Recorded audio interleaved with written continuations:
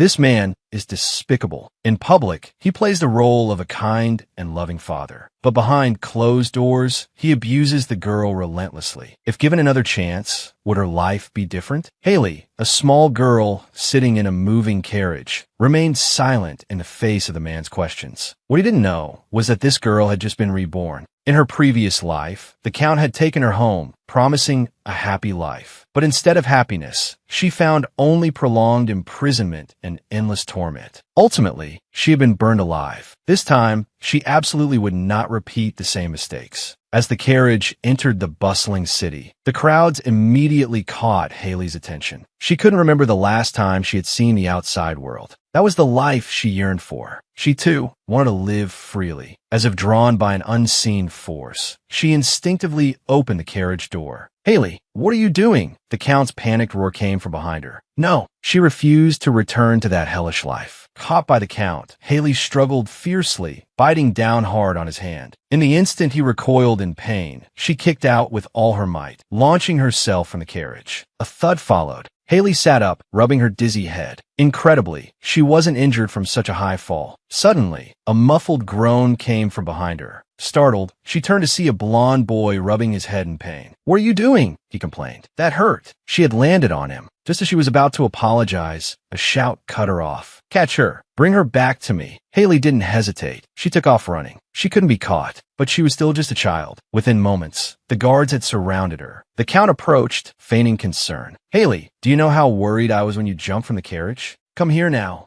Terror gripped Haley.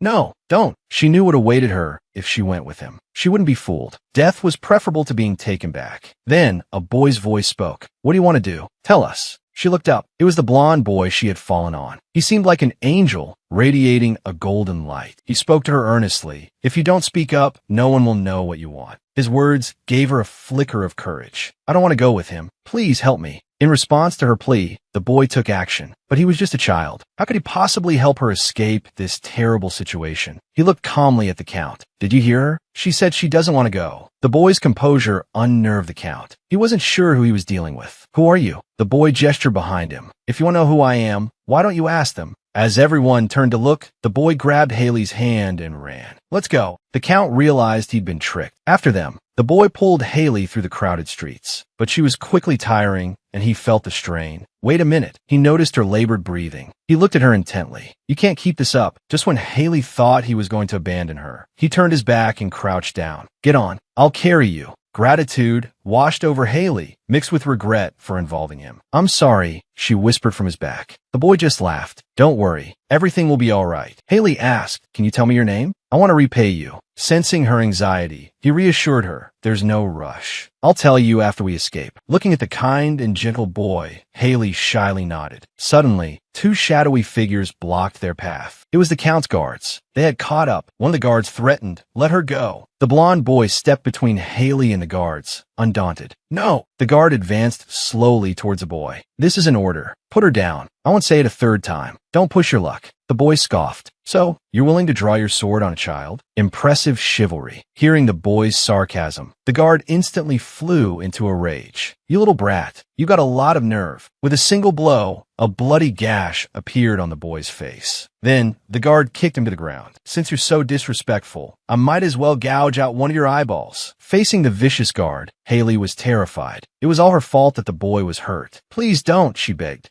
A sharp clang of clashing steel rang out, and the guard's sword clattered to the ground. "What do you think you're doing?" Standing protectively in front of Haley was a blond man in white robes. In the nick of time, the man had appeared. Haley was stunned. Who is he? She wondered. He's so handsome. The man took a step forward, sword in hand. "Drop your swords if you want to live." The guards exchanged glances. Confident in their numbers, they didn't take the man seriously. They lunged forward, attempting to overwhelm him. The man watched the guards charge, sighing wearily. It's such a bother when people don't understand plain language. He raised his sword. In just a few moves, he brought down the guard in the lead. Then, he delivered a swift kick to the next one who came at him. Finally, he pressed his sword against the lead guard's throat. "I told you to drop your swords. Are you deaf?" As the guard's sword clanged to the ground, the man turned to the boy and offered him a hand. Understanding, the boy took the man's hand and stood up. The man then instructed an attendant, "Go tell them we've found the young master. I'll take him back to camp." He then addressed another attendant, "Take this child back to her parents." "No!" Haley cried out, her voice filled with desperation. She clutched the man's clothes, pleading, "Can I stay with you? Please, please." The boy chimed in, "Yeah, how can you just send her away after just meeting her? I don't think that's right." The man, thinking the boy wanted to take Haley with him, was corrected. "No, I mean with the Duke with you. If you don't take her, I'll tell on you. I'll say you left a sick child on the side of the road." The man, now identified as the Duke, brought a hand to his forehead in exasperation. He looked at Haley, who was still clinging to his clothes. "Lift your head. Come on." Haley looked up and met the Duke's eyes. Oh my, she thought. How can someone's eyes be so clear and bright? Lost in thought, she was suddenly scooped up into the Duke's arms. Their foreheads touched. "You have a fever." Haley was taken aback. She hadn't even realized she was sick. "I've been reborn, but I'm back in this small body again." The thought filled her with despair. "This way, I won't be able to do anything." Tears welled up in her eyes and began to fall. Seeing the girl he'd inadvertently upset, the Duke became flustered. "Don't worry. I won't make you do anything you don't want to do." The boy added his support. "You can trust him. He doesn't lie." He gave the Duke a mischievous grin and pointed to the cut on his face. Right. The weight that had been pressing down on Haley's heart finally lifted. She was finally free from that cage-like existence. "It's really over." After being rescued, Haley fainted. The Duke took her back to his estate. However, her fever persisted. In her dreams, she returned to that horrific day. She was surrounded by raging flames, writhing in agony. After an unknown amount of time, Haley abruptly awoke, bolting upright in bed. Everything around her was unfamiliar. She didn't know where she was. The strange environment frightened her. "I want to leave. I want to leave here." She ran towards the door, barefoot, down the long corridor. A sea of flowers stretched before her. Haley stood amidst the blossoms, greedily drinking in the free air. There were no iron bars, no walls, no doors, nothing. Her small body curled up within the flowers. Haley closed her eyes, a sense of peace settling over her. She wished it could last forever. An unknown amount of time passed. Two figures appeared behind the sleeping girl. The Duke looked down at Haley, nestled amongst the blooms. He bent down and touched her forehead. Her fever seemed to have worsened. The steward explained to the Duke, "This child is very sensitive. I hear she's a light sleeper and has been having nightmares." Everyone went outside, so she could sleep peacefully. "We didn't expect her to wander out on her own. I had no choice but to disturb you." Haley was light. The Duke lifted her without effort. But the moment she was shifted into his arms, the previously sleeping girl began to struggle. "No, don't. The Duke was taken aback. Had he held her too tightly? The steward smiled gently and offered a suggestion. "Try soothing her, Your Grace. That should calm her down." The Duke, mimicking the way his own mother had soothed him as a child, began to gently pat Haley's back. After a while, she seemed to relax, whimpering softly as she drifted back to sleep. A strange sense of accomplishment filled the Duke. He had succeeded. Just then, someone came to report. "Count Chuckily entered the palace late last night. It seems he's investigating the threat against the second prince. But since you brought the culprit back, His Highness might blame you." The Duke understood. The Count was desperately searching for leverage against him. This kind of consequence was to be expected. "I'll go to my office shortly. Call everyone in." Carrying Haley back to the room, the Duke prepared to lay her down on the bed. But the moment she touched the mattress, Haley began to struggle again. The old steward behind him wore a kind expression. "This is the first time I've seen you so flustered, Your Grace. Is this your first time holding a child?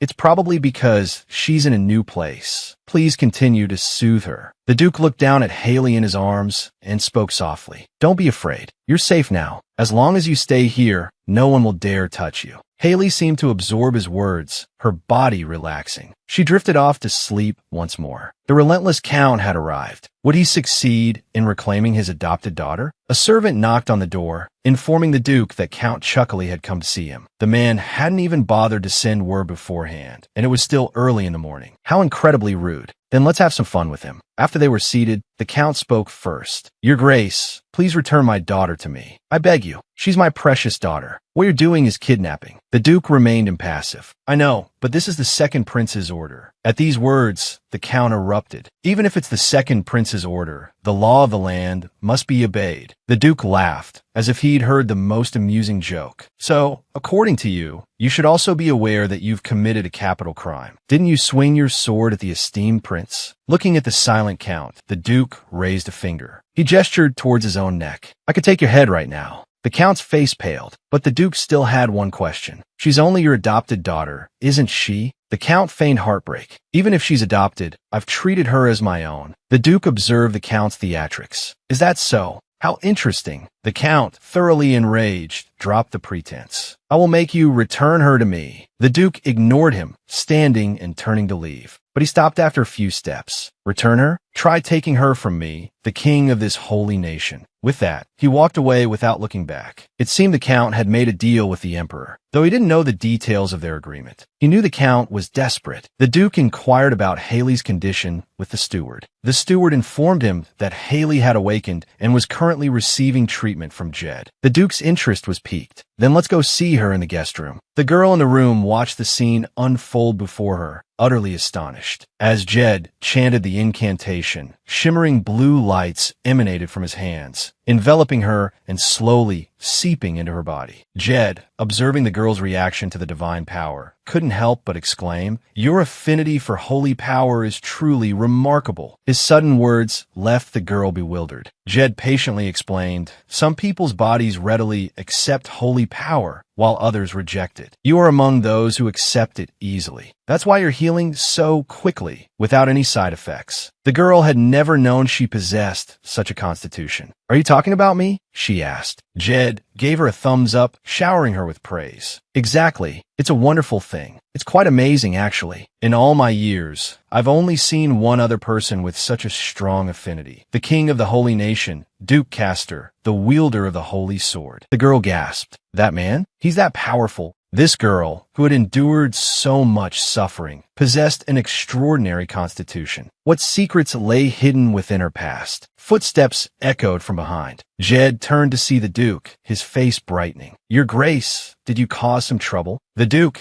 taken aback by Jed's unexpected question, looked utterly perplexed. Assuming the Duke hadn't heard him clearly, Jed immediately repeated his question in a louder voice. "Your Grace, did you really not cause any trouble?" From a distance, the girl watched the Duke. She blushed, remembering her earlier behavior. "I actually pestered someone so high-ranking and even yelled at him." The Duke, spotting the girl, walked directly towards her. "Has her health been restored?" he inquired. The girl quickly nodded, lost in thought. Ignoring the exasperated Jed, the Duke asked the girl, "Have you eaten?" The maid attending her quickly answered, "Miss hasn't eaten much. We're preparing another meal for her now." The Duke was about to instruct the kitchen to prepare more meat for the girl when Jed interrupted him. "Your Grace, when did you experience your first time?" The atmosphere instantly froze. The Duke's face darkened as he grabbed Jed by the collar, his voice menacing. "Are you looking for a death wish?" He then tossed Jed aside casually. Jed scrambled to his feet, rubbing his sore neck where the collar had dug in, his expression earnest. "Is he really not your illegitimate child?" A murderous glint flashed in the Duke's eyes as he approached Jed, his presence radiating a palpable sense of threat. "It seems you truly desire to serve the gods personally." Undeterred, Jed continued, "Are you not even related?" After receiving the Duke's negative reply, Jed appeared lost in thought, the situation clearly not unfolding as he'd imagined. The Duke, unwilling to entertain his antics any longer, changed the subject. "The second prince was poisoned yesterday. The assassins are all dead. There's no way to trace who sent them. I need you to identify the type of poison used." The mention of poison seemed to trigger another thought in Jed's mind, and he turned to the girl, offering a piece of information. "The second prince has a very poor affinity for holy power, because the mana possessed by mages clashes and repels the holy power within their bodies." Jed then turned a gentle gaze upon the girl. Only after the Duke's repeated urging did he finally, and reluctantly, start to leave. "It's safe here. Rest well." Watching their departing figures, The girl bowed deeply. Thank you both so much. As they walked away, Jed continued to press the Duke. Is he really not your child? You two look so much alike. If you wore a wig, you'd be the grown-up version of that young lady. More importantly, that young lady's hair, it's a blend of gold and silver, isn't it? Isn't that the unique hair color of the Castor family? Blessed by the gods, no less. And most importantly, her affinity for holy power is outrageously high. She looks just like your daughter. The knight walking beside them was stunned. Is it really that exaggerated? Jed immediately confirmed it. Honestly, it's second only to yours, your grace. Hearing this, the Duke couldn't help but feel a flicker of uncertainty. A resemblance in appearance wasn't so strange, but such a high affinity for holy power that was something only a direct descendant of the Castor lineage could possess. This mysterious girl's background, could it truly be connected to him? Could she be his own daughter, born when he was only 5, a daughter he'd never met? The Duke racked his brain. He hadn't secretly met with any women, nor did he drink. It couldn't be a drunken mistake. Could it be a child his father had sired before his death? The more he thought about it, the more uneasy he became. He instructed Feather to compile a list of all the families that had intermarried with the Castor clan throughout history, particularly focusing on his father's whereabouts 8 years prior. Arriving at their destination, Jed carefully examined the poison's composition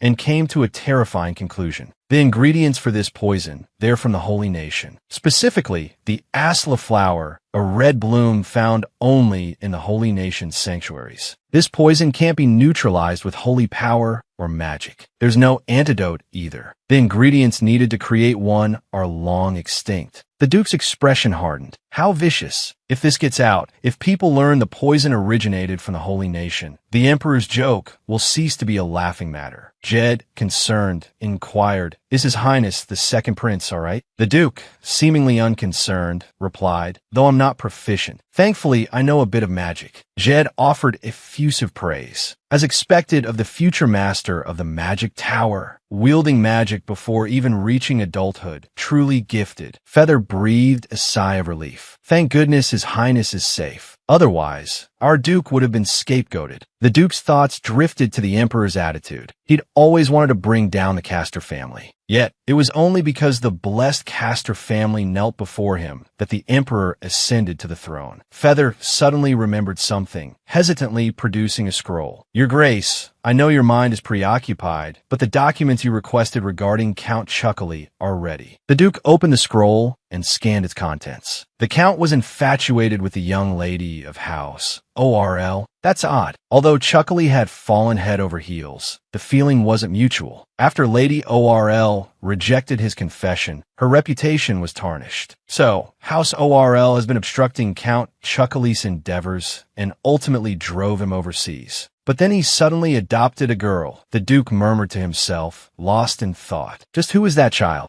Jed immediately responded, his voice ringing with certainty. She's your daughter, your Grace. The Duke fixed Jed with a serious gaze. Do you truly believe that child is of Castor blood? Jed's face was flushed with conviction. Of course, the holy power she possesses is proof enough. That child is undoubtedly a Castor. If you still harbor doubts, your Grace, then simply verify your blood relation. Give me 2 days. I'll make the necessary preparations. As they spoke, a servant burst into the room, breathless and panicked. Your Grace, it's terrible. The child, she's gone missing. The newly found daughter, barely embraced, had vanished without a trace. Was their reunion already over? Rushing back to the room, the Duke stared at the empty bed, dumbfounded. Did she run away? But why? She could be a Castor. We must find her. If Count Chuckily takes her, it could be disastrous. Suddenly, as if struck by a realization, the Duke exclaimed, Has night fallen already? Under the starlit sky, the Duke and his entourage stood, their gazes fixed on a small figure huddled on the ground. Oh, so the young miss is here. But your Grace, how did you know to look in this place? A thoughtful silence hung in the air before the Duke finally spoke. Because this is where I used to hide as a child. He turned to Feather. From now on, have 2 men watch her. We still don't know for certain if she's a Castor. She must remain here. A new day dawned. The girl savored the delicious food, a sense of contentment washing over her. Yet, the lingering gazes of the surrounding maidservants made her acutely uncomfortable. What is it? She wondered anxiously. Did I do something wrong? Or do they find me bothersome? The thought gnawed at her. Yes, that's it. They must find me a burden. I should finish eating and write a letter before leaving. Just as she made up her mind, a maidservant spoke, a gentle smile gracing her lips. Miss, would you care for more juice? The girl's eyes widened in surprise. Can I have more? It's so delicious. In a blink, the maidservant refilled her glass. Please enjoy. I can really have more, the girl thought, incredulous. I thought I could only have one serving. This is wonderful. Happiness bubbled inside her. Seeing that she had nearly finished eating, the maidservant offered to help her change clothes. It was then that the girl remembered the clothes she wore weren't her own. Did they want them back? A wave of uncertainty washed over her. I'm sorry for wearing your clothes. The maidservant paused, then understanding dawned on her face. With a reassuring smile, she explained, Don't worry, Mississippi. Those are yours. The girl couldn't quite believe it. Mine? Such fine clothes. Why are they being so kind to me? Meanwhile, in the palace, the emperor, perched high on his throne, berated the Duke. Duke Castor, have you nothing better to do than steal another man's child? You had best explain yourself. Even the emperor, is he taking an interest in the daughter I just found? What is he planning? I feel like I'm getting closer to the truth. Facing the emperor's questioning,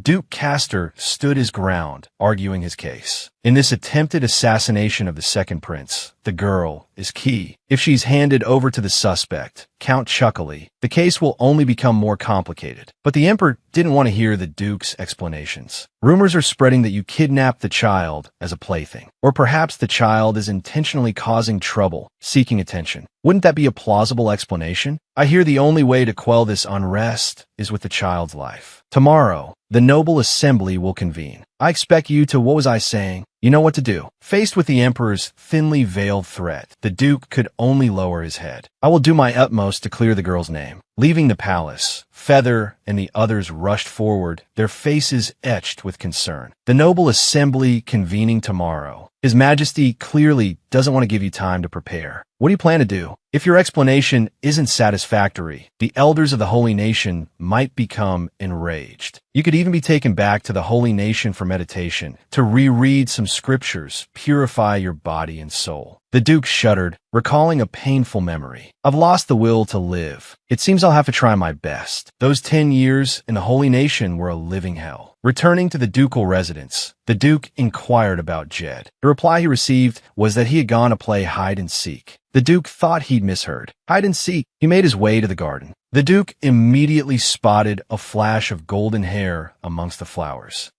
Is that? Incredulous. The Duke was taken aback. Then, a quiet chuckle escaped his lips. Is that supposed to be hiding? The girl watched the Duke from afar, barely daring to breathe. Only when the sounds outside ceased did she stir. He's gone now, right? As the girl cautiously peeked out, Jed suddenly sprang out, letting out a playful yell, startling the girl. Milady, were you trying to run away? Sitting down beside the girl, Jed looked at her gently. Milady, are you afraid of me? I'm not scary at all, you know. Looking at Jed, the girl remembered. Oh, right. This is the person who healed me. She stood up and bowed respectfully to Jed. Thank you. Watching the adorable girl, Jed felt his heart skip a beat. He clutched his chest, gasping slightly. The girl, thinking he was unwell, rushed forward with concern. Jed quickly waved his hands, indicating he was fine. It's nothing, just a bit too cute. Oh my, you're even bowing to me? There's no need to be so formal. Once his composure returned, Jed looked seriously at the bewildered girl. You want to thank me, right? Well, there's an opportunity right now. Just give me a little of your blood. The mystery surrounding the girl who had suffered so much since childhood was finally about to be unveiled. What was her true identity? What immense secret did her existence hold? The Duke,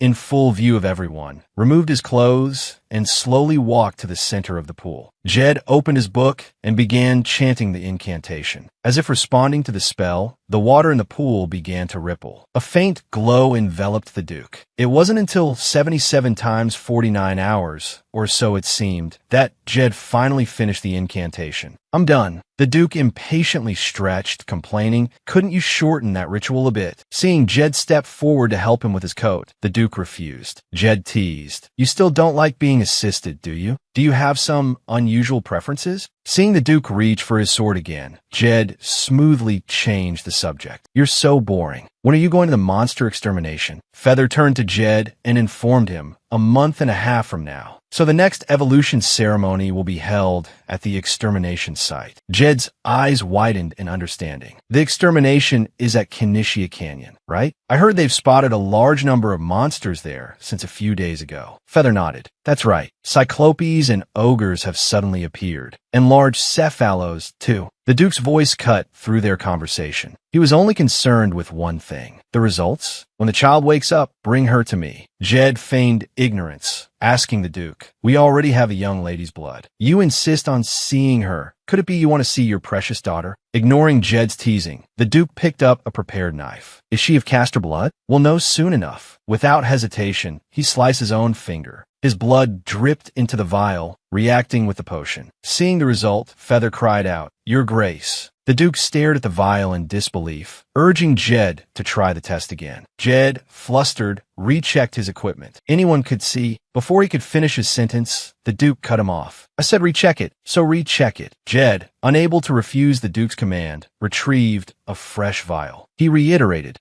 this vial only turns blue when it comes into contact with the blood of the Castor family. With that, he let a drop of the girl's blood fall into the liquid. The vial instantly transformed into a beautiful, vibrant blue. This clearly shows that the young lady possesses Castor blood, and if she is your daughter, there will be another reaction. The Duke pricked his own finger, letting a drop of his blood fall into the vial. The vial erupted in a dazzling display of light. Jed, unsurprised by the result, stated, just as I expected, it shines like this. The same as before. This proves she is your child. The Duke, a man who had never been with a woman, had a child? Could it be true that making eye contact with the opposite sex for 5 seconds really resulted in pregnancy? The Duke seemed utterly bewildered. Where did this child come from? There must be some mistake. I'm going to find her and redo the test myself. Ignoring Jed's attempts to stop him, the Duke rushed out of the room. The girl was fast asleep. Half awake, she sensed the door opening and a figure standing by her bed. She bolted upright, recognizing the Duke. She couldn't understand why the usually gentle Duke had such a frightening expression today. Before she could think, the Duke spoke, his voice cold. Jed took some of your blood. Is that true? Seeing the girl nod, he continued, Can I take some more now? Confused but obedient, the girl nodded again and offered her hand. Seeing her agreement, the Duke wasted no time. He took her hand and pricked her finger with a needle. Blood welled up instantly, and, as it dripped into the vial, a brilliant light flared within. The same result. How could this be? As the Duke stared at the vial in stunned silence, Jed burst into the room, exclaiming loudly. The Duke tossed the vial to him. This must be kept secret. Contact the Holy Nation immediately. Tell them to send a new vial. Jed looked exasperated. You still don't believe the result? The Duke roared at him. What if it were you? With that, he stormed out. The girl, frightened by the Duke's outburst, watched him leave in a state of bewildered anxiety. She sat lost in thought. The next morning, after washing and dressing, the girl bowed deeply to the Golden Lion's butler. Thank you for taking care of me. I've been very happy here, but it's time for me to leave. Meanwhile, the devastated Duke shut himself in his office, working tirelessly. He even skipped the nobles' meeting called by the Emperor. Feather's attempts to persuade him fell on deaf ears. After dismissing everyone from his office, the Duke glanced at his holy sword. He tried to summon it, but received no response. It must be dormant. He had hoped to consult it. Just then, Feather returned, urging him, If you don't go to the palace today, it will be considered an act of defiance. The Duke realized that despite the complicated situation, he couldn't delay any longer. Tell His Majesty I will see him tomorrow morning. Having made his decision, he decided to go out for some air. The butler, his face etched with worry, eventually convinced the girl to stay, but she was still determined to leave.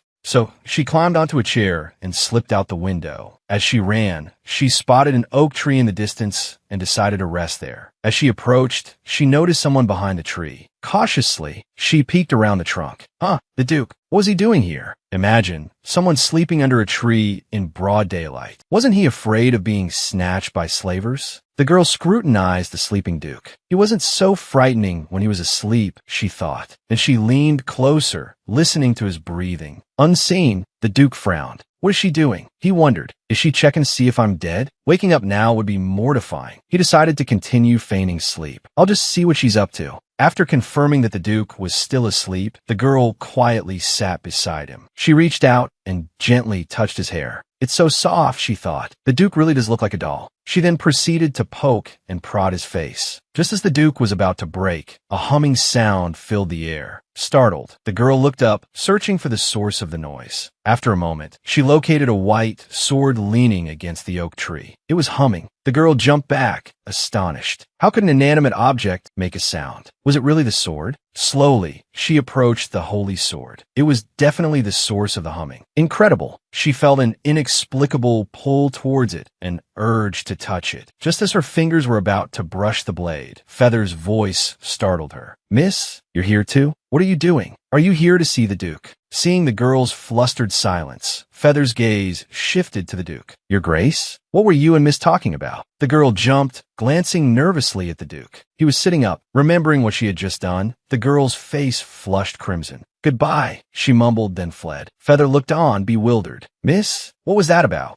Neither of them noticed the Duke, still sitting beneath the tree, staring after the girl in stunned silence. He was certain he had heard the voice of Leo, the Holy Sword. But Leo's voice could only be heard by members of the Castor family. Even the foreign emperor is reading the art of war now, he thought grimly. Using a diversionary tactic. Are things taking a turn for the worst? In the carriage on the way to the palace, Feather updated the Duke. Count Chuckley met with Marquis Charlton and the noble faction. The emperor is furious. So, no matter what happens today, try to keep your temper in check, Feather advised. The Duke gave a non-committal grunt, his attention focused on the scroll in his hands. "Is this all the information you have on the child?" "Yes." "There's no connection to Count Chuckley. He simply visited the orphanage a month ago." The Duke fell into thought. He'd never taken a woman. This child couldn't possibly be his. But the eye color, the hair, they both bear the Castor family traits, he mused. I have to find out why. Soon, they arrived at the palace. As they entered, a nobleman approached, his smile as slick as a serpent's. The Duke sensed something unpleasant brewing. "Duke Castor, it's been a while. How are you? I heard the Imperial Guard visited your estate. I was worried about you."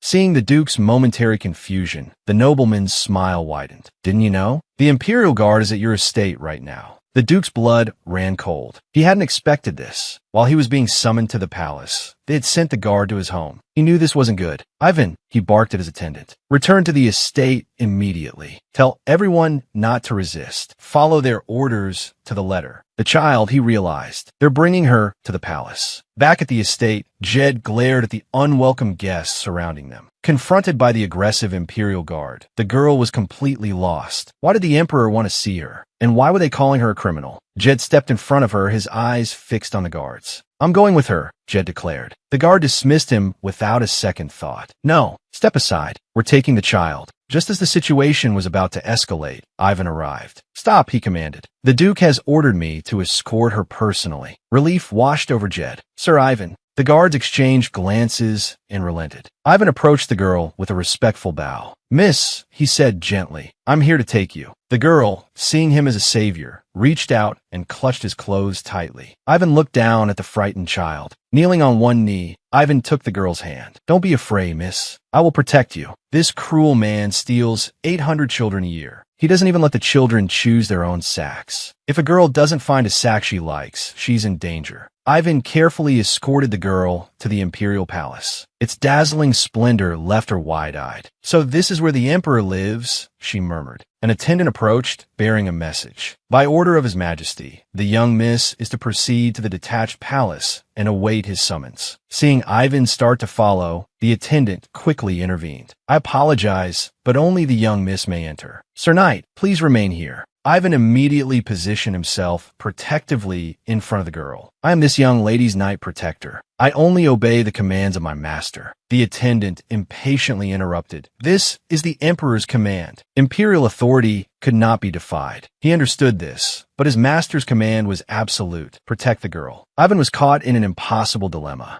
The girl looked at Ivan with concern, unsure why he had suddenly fallen silent. Was he angry that she had brought him here? He hadn't been required to come. She didn't want him to think badly of her. She wanted to get along with them. With this thought, the girl gathered her courage and whispered, "Don't be angry." Her unexpected words left Ivan bewildered. Then he saw her run over to stand beside the attendant. He realized she didn't want to put him in a difficult position. Touched, Ivan said, "Miss, if anything happens, shout. I'll come running." The girl nodded and followed the attendant towards the detached palace. Once inside, the girl discovered it wasn't the emperor waiting for her. "Han Yilin, how have you been?" The sight of Count Chuckily made her instinctively recoil. He advanced, his voice smooth. "You seem to have gained weight. Is the Duke treating you well? Don't you miss your father?" Watching him approach, a surge of unexpected courage filled her. "I hate you," she cried, startled by her defiance. Chucky's gentle facade momentarily crumbled. His expression darkened. "Are you that afraid of your father? Daddy misses his daughter so much. But you seem different." He lunged forward, reaching for her. Panicked, the girl spun and fled, colliding with someone. The impact sent her tumbling. The person helped her up, muttering, "Flowers again." The familiar voice made the girl look up in surprise. A long-absent, smiling face greeted her.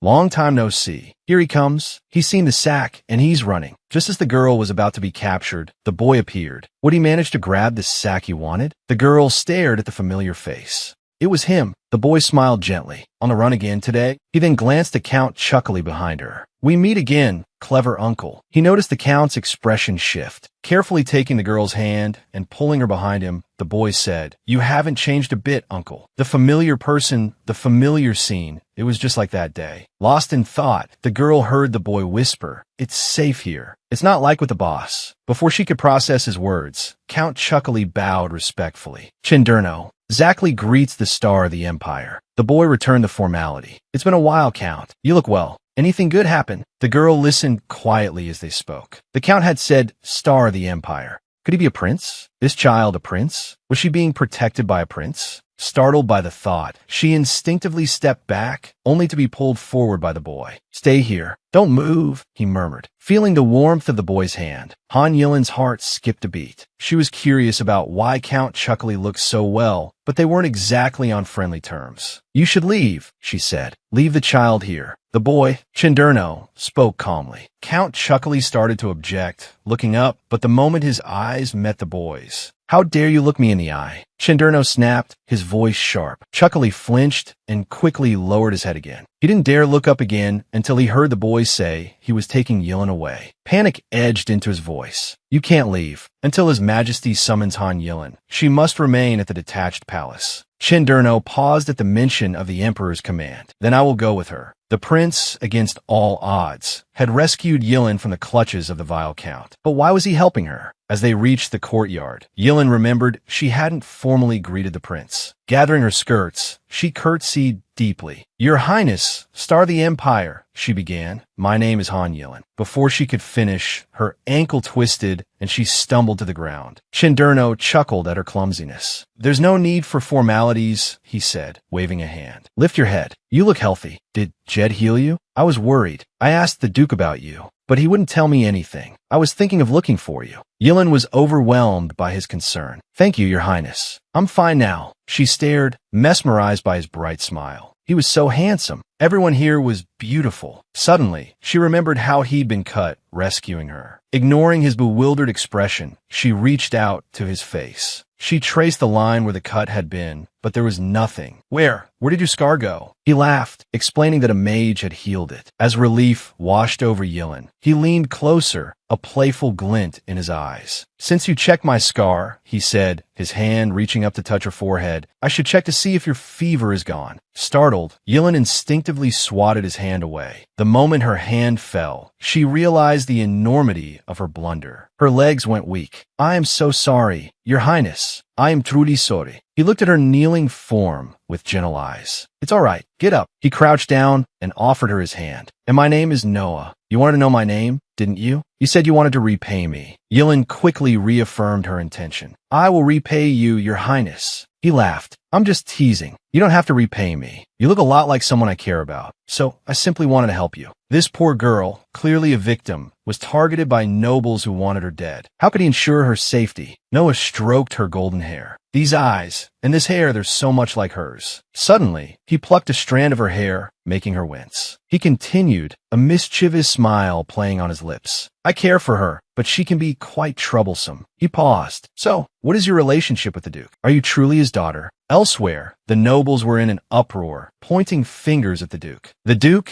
is protecting a girl who threatens the royal family. He must be punished, even if it's just for the second prince's reputation. Hand over the child. The Duke recalled Feather's words about the girl's injuries, the fear that kept her from sleeping, and they dared to call her a threat. The Emperor raised a hand to silence the commotion. I will now announce the judgment for Count Zachary's adopted daughter. Both the adopted daughter and the conspirators within Count Zachary's household will be executed. The Duke, who had remained silent until now, could no longer contain himself. Your Majesty, I must object. You cannot take this child's life. She is of Castor blood. The Emperor was taken aback. As far as I know, you have never taken a mistress. How could you have a child? The Duke bristled. Must you pry in my private life as well? The Emperor looked uncomfortable. That is not my intention. But why didn't you mention this before? I didn't know I had a child before. Thanks to His Highness, the second prince, I was able to meet my daughter. The Emperor looked uncomfortable. You say she's your child? Do you have proof? Duke Castor gravely informed the Emperor that he had already conducted a bloodline confirmation. The Emperor, upon hearing this, seemed to perk up with renewed interest. In that case, let's do it again. In front of all the nobles. Even a prince seems to have his own worries. Noah mused, looking at the girl who bore a striking resemblance to the stoic Duke. He asked her with surprise, "Are you really not the Duke's daughter?" The girl told him there was no relation between them. Afraid she might misunderstand, Noah quickly reassured her. I'm not disappointed that you're not his daughter. I just wanted the Duke to owe me a favor. So, how's the Duke's estate? Are you doing all right there? Everyone there is super interesting, right? His voice grew increasingly wistful as he spoke. If I could, I want to live at the Duke's estate too. But His Majesty won't allow it. What about you? What are your plans for the future? I heard you ran away while being taken to be adopted. The girl quickly told Noah that she would be living in the Holy Kingdom. Noah choked back a surprised gasp. The Holy Kingdom? Not just anyone can go there. Did Jed say he would take you? The girl remembered Jed's offer. If she had nowhere to go, he could offer her sanctuary and help her get rid of her unpleasant adoptive father. She nodded. The Holy Kingdom, huh? That's not bad. Noah plucked a flower and offered it to the girl, sincerely congratulating her. Congratulations on your successful escape. The girl carefully accepted the flower from Noah. Breathing in the blossom's fragrance, she offered him a genuine smile. It smells so lovely. Noah's heart fluttered at the sight of her bright smile, his face flushing crimson. As he fidgeted nervously, he heard an attendant's voice call out from the distance. Your Highness, Duke Castor is here. The Duke approached Noah and bowed deeply. Your Imperial Highness, Star of the Empire. Noah quickly waved him off. There's no need for such formality between us. Just act like you usually do. The Duke, however, fixed Noah with a serious gaze. This is how I usually act, he stated, each word precise. Ignoring Noah's playful jab, the Duke turned to the girl who stood quietly beside them. Let's go, he said gently. Let's go home. What peculiar logic. A lonely, orphan girl. And the Emperor wants to marry her off to the crown prince? What a preposterous situation. The Duke called for the girl to go home with him. Hearing the Duke mention home, the girl thought of the Duke's estate. But that wasn't her home. Her home was the small cottage that had burned down. The thought brought a wave of sadness over her. If only the Duke's estate truly were her home. Just then, Noah chimed in. I heard the trial was canceled. That count is quite influential. How did he manage to sway His Majesty? The Duke wearily reminded Noah to be mindful of his words. Noah, however, seemed oblivious, his face alight with excitement. Are you concerned about me, Duke? The Duke immediately corrected him, his tone firm. I'm concerned about myself. I can't very well get myself killed because of your Highness's loose tongue. With that, he turned and walked towards the carriage. Noah kicked at the ground, sulking. Duke, that was too harsh. You've hurt my feelings. I'm the one who dragged you into this complicated mess. Are you getting revenge on me? Before he could finish, he tripped over a loose stone. The Duke,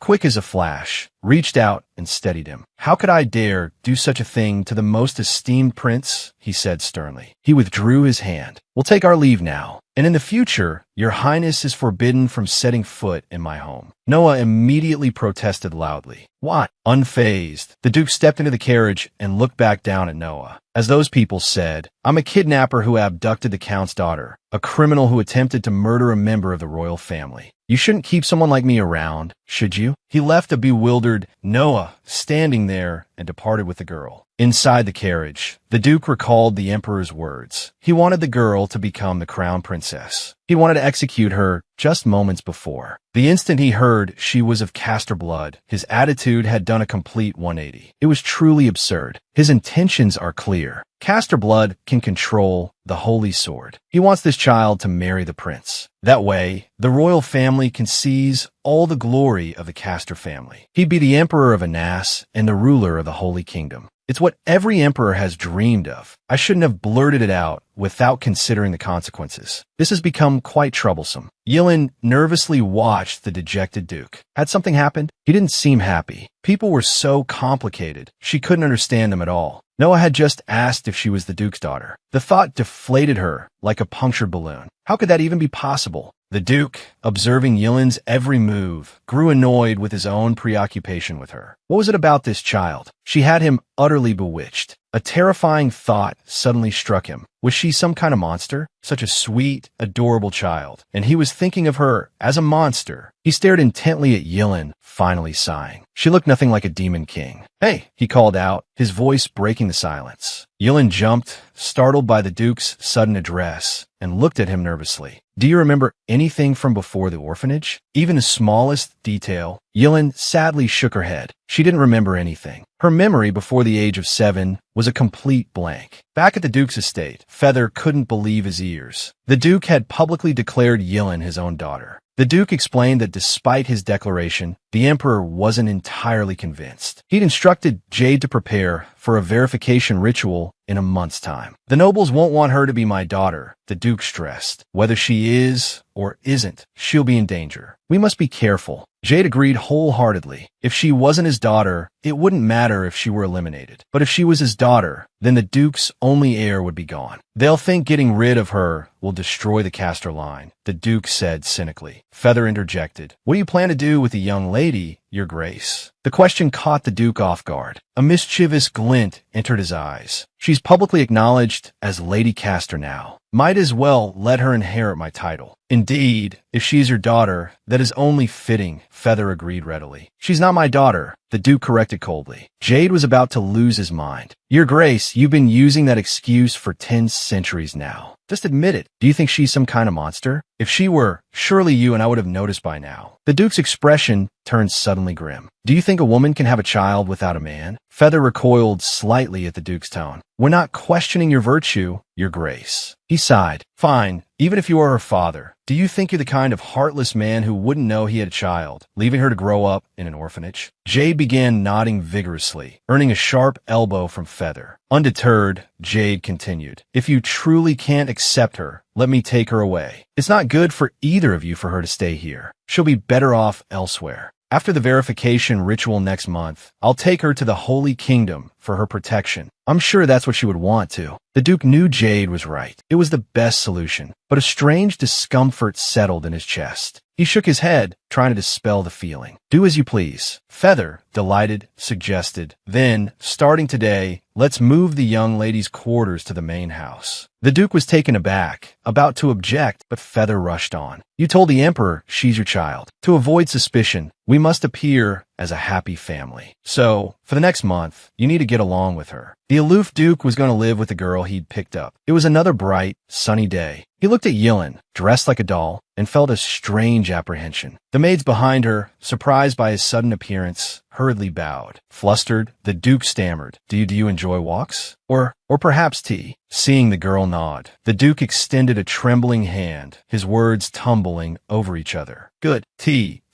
Then let's have tea together. Soon, the two were seated facing each other, a table laden with delectable treats between them. Yet, a heavy silence hung in the air. The Duke, noticing that Yilin hadn't touched anything, attempted a gesture of hospitality. He offered a kind smile and said, "Drink." The effect was quite the opposite of his intention. Yilin flinched, nearly upsetting her teacup. Realizing he'd come across a bit fiercely, the Duke cleared his throat, softening his voice. You can drink now." As Yilin raised her cup, the Duke caught sight of Feather's incredulous expression from behind her. Suppressing his irritation, he pointed at Feather. "Get out." In contrast to Feather's composure, Yilin looked startled. She quietly set down her teacup and rose to leave. The Duke, aghast, roared, "Not you." Feather sighed, heading for the door. As he passed the Duke, he muttered, "Please, can't you be a little gentler? Just a little gentler." With the click of the closing door, the room fell into an even deeper silence. Yilin clutched her teacup, unsure what to do. "Just drink it all in one go," the Duke suddenly said. "Why do you dislike Count Chuckly?" The question yanked Yilin back to her previous life. Why did she dislike Count Chuckly? He had locked her in a cabin for 11 years, beating her whenever he pleased, and ultimately, he had burned her alive. She never wanted to relive that nightmare. But this was something she couldn't tell anyone. Seeing her silence, the Duke rephrased his question. "You don't want to be adopted by him?" This time, Yilin nodded firmly. The Duke seemed puzzled. Why? Wouldn't being a noble be better than a commoner? Yilin told him she preferred being a commoner. The Duke persisted. "Why do you prefer being a commoner?" Yilin answered without hesitation. "Because of freedom. I can go wherever I want." She absolutely, positively, never wanted to return to that cabin. The handsome, dashing Duke would have to settle for being a doting father. The Duke echoed her words, "Freedom." Then, looking at her intently, he asked, "If you had freedom, would you consider being adopted?" Yilin's heart clenched. Why did he keep bringing up adoption? Who did he want to adopt her? Could it be Count Chuckly? Seeing her hesitation, the Duke took a sip of his tea. "Then I'll be blunt. From today onwards, you are my daughter." Yilin, recalling her earlier conversation with Noah, was stunned. "I'm the Duke's daughter?" The Duke's face softened. "I'm not saying you're my biological daughter. Although it might seem that way, it's not true." He continued when Yilin nodded obediently. "I promise you'll have your freedom. I swear on the caster name. Even if you want to go to the Holy Kingdom and join the religious order, I'll agree. After all, your holy affinity is strong. You're sure to rise high in the ranks. And being my daughter will be beneficial for you too. This way, you won't have to go to Count Chuckly." Hearing she wouldn't have to go to the Count, Yilin shot to her feet, peppering the Duke with questions in rapid succession. "You won't hit me? You won't sell me? You won't sell me into slavery? You won't treat me like a dog, will you? And you won't starve me for days?" The Duke, overwhelmed by the barrage, raised a hand to stop her. All right. I won't do any of that. None of the things you're imagining will happen." Hearing his reassurance, Yilin breathed a sigh of relief. A radiant smile bloomed on her face. "In that case, I accept." Seeing her smile, the Duke couldn't help but smile back. "Then the contract is established. You now bear the caster name. From now on, the caster family will always be behind you." Yilin happily took the hand he offered. As dusk settled, the Duke was still reveling in the moment their hands had touched. Her hand had been so small. He smiled a fatherly smile. Well, she was still a child. Of course, her hand would be small. Halen Ethan Castor. The Emperor wanted the orphan girl to become the crown princess. He hadn't expected someone to interfere. Lost in thought, the Duke was interrupted by a knock. The butler entered, informing him that he had a visitor. The Duke found it odd. Who would come calling at such a late hour? Upon reaching the drawing room, he saw Marquis Charlton sprawled casually across the sofa. "Duke Castor," Charlton began, "regarding your daughter, I'd like to propose a transaction. It concerns the crown princess position. I'd like you to withdraw her from consideration. That position rightfully belongs to the Charlton family." The Duke looked at him as if he'd told a particularly amusing joke. Yet, His Majesty seems to think otherwise. Marquis Charlton. Charlton's expression remained as sly as ever, which is why I require your cooperation. You witnessed the late Empress's fate. You understand the risks, don't you? Would you truly subject your precious daughter to such a precarious position? The Duke instantly grasped Charlton's reasoning. This man had been vehemently advocating for Yilin's immediate execution during the council meeting. He clearly believed that if Yilin's Castor lineage became public knowledge, it would cause considerable upheaval amongst the nobility, and he wanted to resolve the matter preemptively. Charlton continued, oblivious to the Duke's simmering anger. "I trust you'll make the wise decision, Duke. This is the first female Castor bloodline to emerge in a millennium. Such a lineage must be protected, kept safe and secure. The Duke cut him off, his voice glacial. Threaten me again in such a manner, and your family will find you displayed in the town square by morning. Charlton, momentarily stunned, stammered, "What are you saying?" The Duke drew a finger across his throat in a chilling gesture. "I'll have your head. I intend to respect my daughter's wishes. Instead of threatening me, you'd be better served trying to win her favor. Now, if you've finished, I believe we're done here." The Duke rose and, without another glance at the Marquis, departed. The next day, Yilin learned from Jade that the Duke had claimed her as his daughter for her protection. Guilt gnawed at her. It was her fault, injuring Prince Noah, that had put the Duke in such a difficult position. Why did she always seem to cause trouble for others? Jade explained that there would be a ceremony to confirm her caster lineage. "Remember the blue potion from the other night?" Jade asked. "If the water turns blue, it will prove you carry caster blood." Yilin felt a surge of anxiety. "But I'm not the Duke's daughter."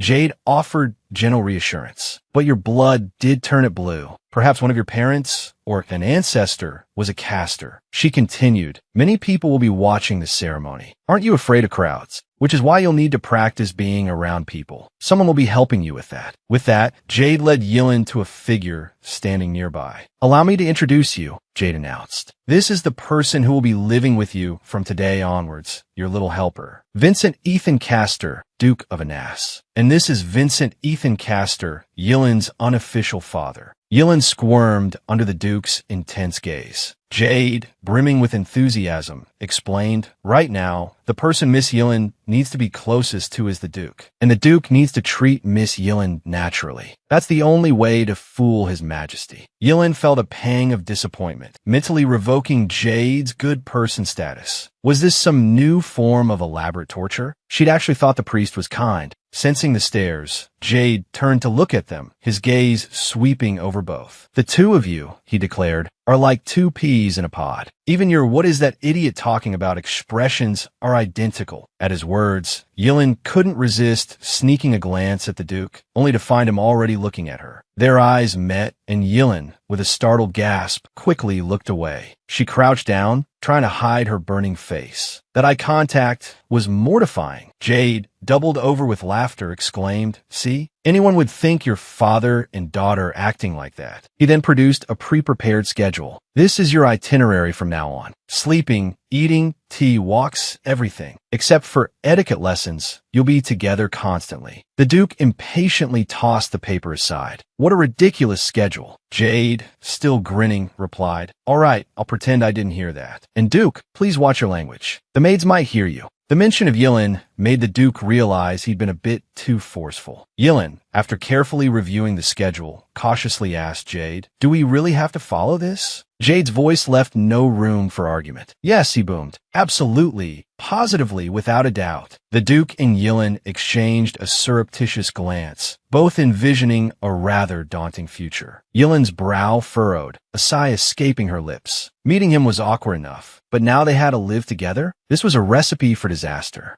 Lunch was served. A feast lay before her. Though her stomach rumbled with hunger, Yilin hesitated to touch a thing. Without looking up from his plate, the Duke inquired if there was nothing to her liking. Receiving no reply, he raised his voice. "I asked you, is there nothing here that suits your taste?" His booming voice startled her. Jade's words echoed in her mind. "Whether you like it or not, no one will scold you for expressing your preference. Please, you must speak up." Stealing her resolve, Yilin whispered, I like it." The Duke continued eating, seemingly unfazed. Had he not heard? She would have to try again. Louder this time, she declared, "I like it." The air seemed to still. The Duke surveyed the table. Attributing her hesitation to the soup, he told her, "If you don't care for the soup, you needn't have it." Confusion washed over Yilin. She had said she liked it. Had he truly not heard? Taking a deep breath, she summoned all her strength and shouted, "I like it." Catching her breath, she began to shovel food into her mouth under the Duke's stunned gaze. Tea time followed. Lizette had taught her to drink tea quietly. Recalling her lessons, she carefully lifted the teacup, determined not to commit a faux pas in front of the Duke. But as she swallowed, a loud gulp echoed through the silent room. Mortified, Yilin glanced at the Duke, who murmured, as if to himself, "Remarkable." He then elegantly raised his own cup and took a sip. Yilin marveled at his grace, the complete absence of sound. What had he found so remarkable?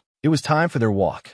The Duke strode ahead, his long legs carrying him at a pace Yilin could barely match, even at a near run. Ascending a set of steps, the Duke looked down at her. Do you always walk like that? How unique. Yilin was baffled. Unique? What was unique about it? Evening arrived. Clutching a pillow, Yilin, clad in her nightgown, stood before the Duke's door. Timidly, she pushed it open. The Duke was already sitting on the bed. Looking at the hesitant girl, he sighed. Are you going to stand there all night? If you're going to sleep, come here. The bed was impossibly high. Despite her best efforts, Yilin couldn't climb up. With another sigh, the Duke lifted her effortlessly. Honestly, what a bother. Before Yilin could process her surprise, she was placed on the bed. Unsure what to do, she simply pulled the covers over her head and closed her eyes. Sleep wouldn't come. Even after counting 50 imaginary flowers, she remained wide awake. This awkward, uncomfortable dance continued for 2 weeks. She couldn't shake the feeling that there was something unspoken between the second prince, Noah, and the Duke. Another day of forced proximity dawned. The Duke and Yilin, trapped in their strained coexistence, were strolling in the garden when a servant approached. "Miss, you have a visitor." They turned towards the gate to see Noah approaching, a cheerful grin on his face. "Duke," he called from afar. "I'm here." Spotting Yilin beside the Duke, he added, "Hello, hail in." Yilin hurried forward to curtsy. Seeing the imperial star, Noah caught the Duke, who was about to bow as well, out of the corner of his eye, and stopped him. "I told you not to bow like that." The Duke replied formally. "I couldn't possibly be disrespectful to the imperial family." Noah huffed. "That doesn't sound very sincere." The Duke regarded him coolly. "More importantly, I believe I asked you not to come here again." Noah's face fell. "Do we really have to be like this?" The Duke's expression remained distant. "There is nothing between us." Noah looked as if he might cry. "You wound me with your words." It's better when the Duke is his usual cold self. The Duke's voice was laced with a dry amusement. "Well then, take those wounds back with you." Noah looked as if he'd been struck by lightning. He turned and, whining, pointed at the Duke, complaining to Yilin. "See, this is the kind of person your father is." Despite the bickering, Yilin found the scene strangely heartwarming. After the brief commotion, the Duke steered the conversation back on track. "Did you come here after hearing that news?" The boy immediately caught on. "You mean about choosing the crown princess?" The Duke smoothly interrupted him. "We'll talk about that later." Noah followed the Duke's gaze to Yilin. He realized that it was indeed not the right time to discuss such a topic. Yilin, noticing Noah staring at her, felt a flicker of curiosity. Just as she was about to ask what was wrong, she saw his lips curve into a warm, sunlit smile. His face was so captivating that Yilin blushed crimson. Noah turned his attention back to the Duke. "Don't worry, I didn't actually come here today on official business. I came to befriend Yilin." As Yilin stared at him in astonishment, Noah strode towards her, his gaze intense. "Yilin, let's be friends." The Duke inwardly fumed. "My carefully cultivated cabbage for months? And where did this pig come from, thinking he can just waltz in and carry her off? He doesn't even look at his own station." Yilin was speechless for a moment, stunned by Noah's invitation. Become friends with the prince? How is that even possible? But seeing the hopeful expression on Noah's face, her blush deepened. Finally, under the watchful eye of the Duke, she gave a stiff nod. "I simply can't refuse that face." Noah jumped up with joy. "Since we're friends now, let me give you a tour of the Duke's estate as a memento. It's so big, you probably haven't seen it all yet." Yilin was taken aback. "The prince wants to give me a tour of my own home?" Noah quickly explained. "I lived here for about a year when I was 5, so I know my way around." With a quick word to the Duke, he led Yilin away. As they strolled down the long corridor, Yilin listened to Noah's reminiscences, how much fun he had living there, but how the Duke had constantly bullied him. "You can't even imagine. This isn't the Duke's estate. It's the Demon King's lair." Yilin thought nervously. He even bullied the prince? The Duke truly is a terrifying person. Despite his complaints, the prince seemed genuinely happy. He led Yilin to a room where a grand piano sat in the center. "What a beautiful piano!" Yilin's eyes widened. "Want to play it?" Noah took her hand. "It's all right, just one song." Back in his study, the Duke sat at his desk, a stern expression on his face. Jade tried to reason with him. "You should talk to Miss Yilin more. She's even more shy than we thought. She must be so lonely, being so timid in a new place. As her father, shouldn't you show her more care? You don't just find her troublesome, do you?" He then launched into a dramatic, exaggerated sob. "You cold-hearted man. I knew it when you made me work overtime. She's lived here for so long, and she's still so afraid of interacting with people. I think her social anxiety is even worse than we imagined. If this continues, there will be problems at the verification ceremony. Jade is worried too. At the mention of the verification ceremony, the Duke also realized that there could indeed be problems if things continued this way. Just then, Jade rushed in, holding a crystal ball. "Duke, I have something to show you. It's a recording of something quite interesting." He gently tapped the crystal ball. An image began to appear on its surface. It was a scene of Yilin and Noah together. Beautiful music flowed from Noah's fingertips. Yilin was completely captivated by the music. When the song ended, Noah asked her what she thought. Yilin beamed, her smile as radiant as a blooming flower. "It was beautiful. How did you play it?" Noah felt his heart skip a beat. He stammered, It's quite simple, actually. You could do it too." He had Yilin sit beside him and patiently began to teach her. "Like this, place your fingers on the keys." Watching Noah's focused expression, Yilin couldn't help but giggle. From afar, the three observers watched intently through the crystal ball. Feather and Jade were utterly charmed by Yilin's delight. The Duke, however, stared in disbelief at her radiant smile. It was a joy he had never seen before. A sudden surge of inexplicable anger coursed through him. He slammed his hand on the table, glaring at Jade. "You brought me here just to show me this? Scared to death in front of me, but laughing like a blossoming flower with someone else? Impossible. Absolutely impossible."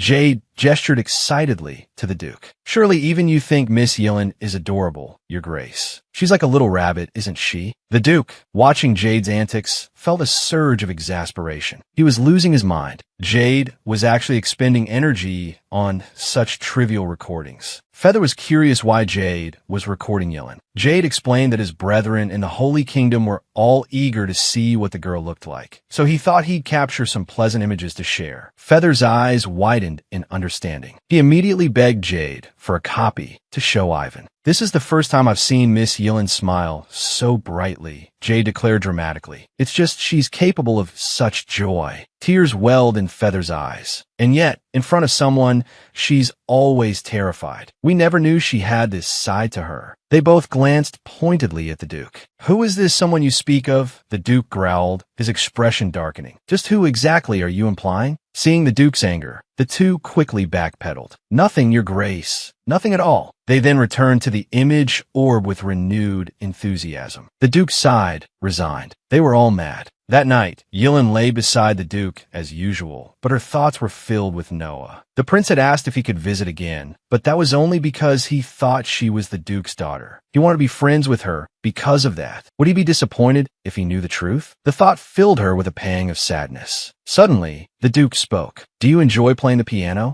How did he know about the piano? Yilin sat up in bed, startled. "I heard you went to see the piano," the Duke continued. "If you wish to learn, I'll find you a tutor." Piano lessons? Wasn't that something only real noble ladies were allowed to do? Yilin felt a wave of anxiety. "But I'm not a real lady." The Duke reiterated firmly. "I told you, didn't I? You are a caster. Anything a caster is entitled to, you are entitled to." The cloud of worry that had settled over Yilin dissipated instantly. She mumbled a hasty thank you to the Duke and burrowed under the covers. Beneath the blankets, her heart fluttered with excitement. She could learn to play the piano. She could play with the prince. It was almost too much happiness to bear. The Duke watched Yilin wriggling beneath the covers. What was happening to him? Why did he care so much about her every move? He too must be going mad. One moment she was his daughter, the next she was practically his equal. The day before the verification ceremony finally arrived. The servants bustled about, making preparations. Yilin's maids brought in armfuls of clothes for her to try on. A sweet, ruffled, vintage-style dress, a chic, black short suit, an embroidered gown adorned with bows. By the time she had tried on everything, Yilin collapsed onto the sofa, exhausted. Apparently, the divine messengers would be arriving for the ceremony tomorrow, which explained the flurry of activity. Who were these divine messengers, anyway? Lost in thought, Yilin drifted off to sleep. Sometime later, she was roused by hushed whispers. "That's her, the legendary one. She's even more adorable than she appeared in the crystal ball. So this is the caster princess. If she refuses the offer, I'll just adopt her as my own daughter." Who was talking? Who were these people?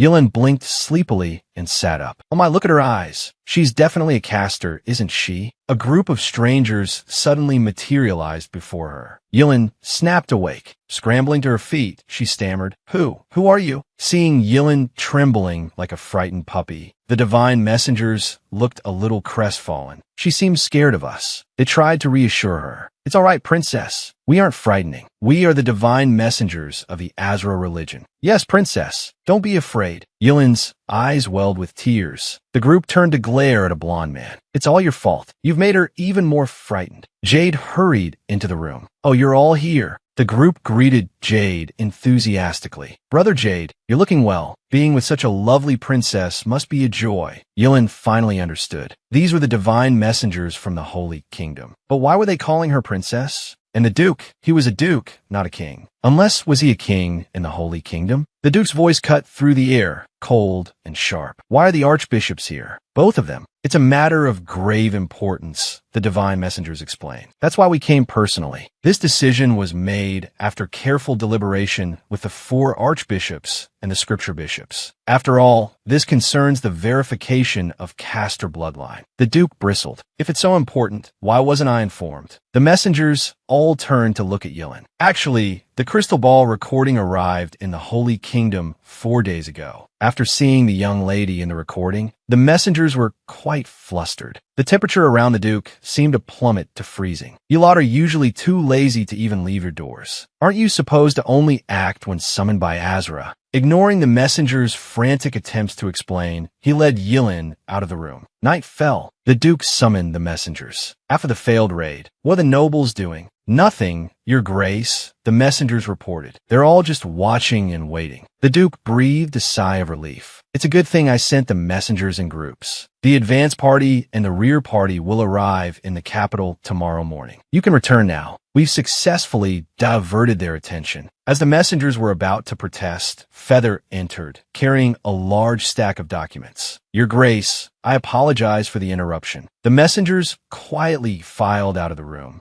Feather excitedly handed the documents to the Duke. "Tuju has sent the latest news." The Duke scanned the pages, his gaze finally settling on a particular passage. "What? Father had a woman." The Duke was still trying to figure out whether he or his daughter was the older one, when an unexpected guest burst in. "Couldn't you have waited until he'd sorted this out?" Feather continued his report. "The previous Duke apparently had a woman. There were rumors about it more than 10 years ago. However, the previous Duke handled the matter very discreetly. There are almost no concrete details." The Duke couldn't understand. How could his father, a master swordsman constantly battling demons, have had time for a woman? Tuju is the spy agency responsible for recording all family matters. If they deleted the records, it must have been on the previous Duke's orders. What kind of rumors could they be? The Duke sighed, standing up and stretching his stiff shoulders, ready to end his workday. He told Feather, "Let's deal with this after the verification ceremony. Tell Tuju not to act rashly." Suddenly, the Duke's hand froze on the doorknob. "Something's wrong. There's something going on outside." He exchanged a look with Feather. Feather crept to the door. With a soft whisper of steel, his blade flashed out, piercing the door and delivering a fatal blow to whoever was on the other side. When he withdrew his sword, it was dripping with blood. The door swung open, revealing a body collapsing to the floor. "I knew it was too quiet," the Duke said. "Feather, protect the Archbishop. I'm going to find Yilin." He hurried towards Yilin's room. Meanwhile, Yilin was in her bedroom, worrying about the ceremony the next day. If something went wrong, would she be sent back to the Clackleber? Growing increasingly anxious, she decided to go for a walk. Stepping out of her room, she sensed something was amiss. The hallway was deserted. The emptiness was unsettling. She wanted to go back to her room, but instinct told her not to. She had to get out of there. Suddenly, she heard a strange noise in the distance. Startled, she began to run down the hallway. Where was everyone? She needed to find somewhere safe. As she ran, she noticed an open door. If the door was open, maybe she could hide in there. Only when she got closer did she see the bloody figure lying on the floor. The stench of blood filled her nostrils. Trembling, she backed away. What had happened to that person? Were they dead? Was that a body? Behind her small figure, a large shadow loomed, drawing closer. Suddenly, someone grabbed her roughly, clamping a hand over her mouth. Terror seized her. Was she going to die? Through her blurred vision, she saw a figure that resembled the Duke, his back radiant as the sun. With the last of her strength, she reached out towards the phantom Duke. "Duke, save me!" A voice growled. Who took the girl? She wanted his money. She wanted his dreams. An unknown amount of time passed before Yilin regained consciousness. But the world remained cloaked in darkness. Something bound tightly over her eyes. Her hands were tied, too. She tried to pull free, but the slightest struggle sent her tumbling from the chair. Pain lanced through her. As she lifted her head, the blindfold loosened, slipping from her eyes. Where is she? An unnerving silence pressed in. She stumbled to her feet, through the window. The familiar landscape reassured her. She was still within the Duke's estate. If she was home, surely someone would come if she called for help. She cried out towards the window, "Help! Someone, please help me!" But no one answered. The silence remained heavy and suffocating. Why was no one coming? Had they not heard her? Or was it because she was a fake? The thought, once planted, bloomed with chilling certainty. Was the Duke keeping her here because she wasn't worthy of love? Was that why no one would help? Lost in her despair, the door creaked open. A man's voice cut through the quiet. Is it done? Yilin whipped her head towards the sound. Several unfamiliar men filled the doorway. The one in front, seeing Yilin standing there, cursed, "What the?" "She's awake." One of the men behind him offered a hasty suggestion. "Chief, we can leave through the back. We'll send a couple of men as a diversion. We can escape while they're distracted." The leader turned to the man. "Is everything taken care of?" The man replied, "They're all dead." "It's handled." "Dead? Have they killed everyone?" Yilin trembled uncontrollably. The leader advanced towards her. "Let's move. I'll take the target myself." No one had mentioned she was resistant to the sleeping draft. Was it because of the divine decree? As the man's hand reached for her, Yilin squeezed her eyes shut. Was this how her life would end again? If so, at least let it be quick. Tears streamed down her face, but the expected pain never came. Instead, she heard a sickening thud, something piercing flesh, followed by a man's scream. What was happening? Yilin cautiously opened her eyes, just in time to see the Duke reach out to cover them. "Close your eyes," he said, his voice strained. "Don't look. It's not a pretty sight." The kidnappers were dealt with. Yilin collapsed against the Duke, sobbing uncontrollably. She knew he must hate her crying, but the tears wouldn't stop. A gentle finger wiped them away. "It's all right," the Duke murmured, patting her back as he had before. Then, as if making a decision, he pulled her close, holding her tight. "You're safe now." A magical rabbit doll, offered by a driver, was meant to be her guardian. But the Duke wasn't about to let a rabbit usurp his role. Yilin clung to him, her sobs gradually quieting. Carrying her towards her bedroom, the Duke continued to soothe her. It's okay. You're safe now." But his words seemed to have the opposite effect, and Yilin cried even harder. The Duke paused, thinking. "I'll buy you a piano," he declared. "Everyone gets one when they start learning. We'll go to the shop and pick one out, anyone you like. First thing in the morning. Anything you want, you can have." Finally, after what felt like an eternity, Yilin drifted off to sleep. The Duke tucked her in, gazing at the tear stains still clinging to her cheeks. Guilt gnawed at him. He had told her she was safe, but it was his fault she had endured such a terrifying ordeal. The next morning, sunlight streamed through the windows. But Yilin sat on the edge of her bed, despondent. The maids exchanged worried glances. They couldn't understand the cause of her sadness. "But miss," one said, "today is the important verification ceremony. Just sit still, and we'll make you look like the most elegant princess. You'll outshine all those other nobles." "Yes," another chimed in. "We'll make them tremble before the dignity of a caster." Feather, noticing their strange, almost fanatical enthusiasm, started to intervene. But Jade stopped her, saying she understood completely. "It's always been just knights in this house," she explained. Of course, everyone is excited to have a young lady around. After much bustling and preparation, Yilin was finally ready. Dressed in the caster's symbolic blue, she looked like a porcelain doll. Trying the door, she found the Duke already waiting outside. Yilin curtsied respectfully. Feather rushed forward, her voice brimming with urgency. "Miss, the palace is dangerous. Do you understand?"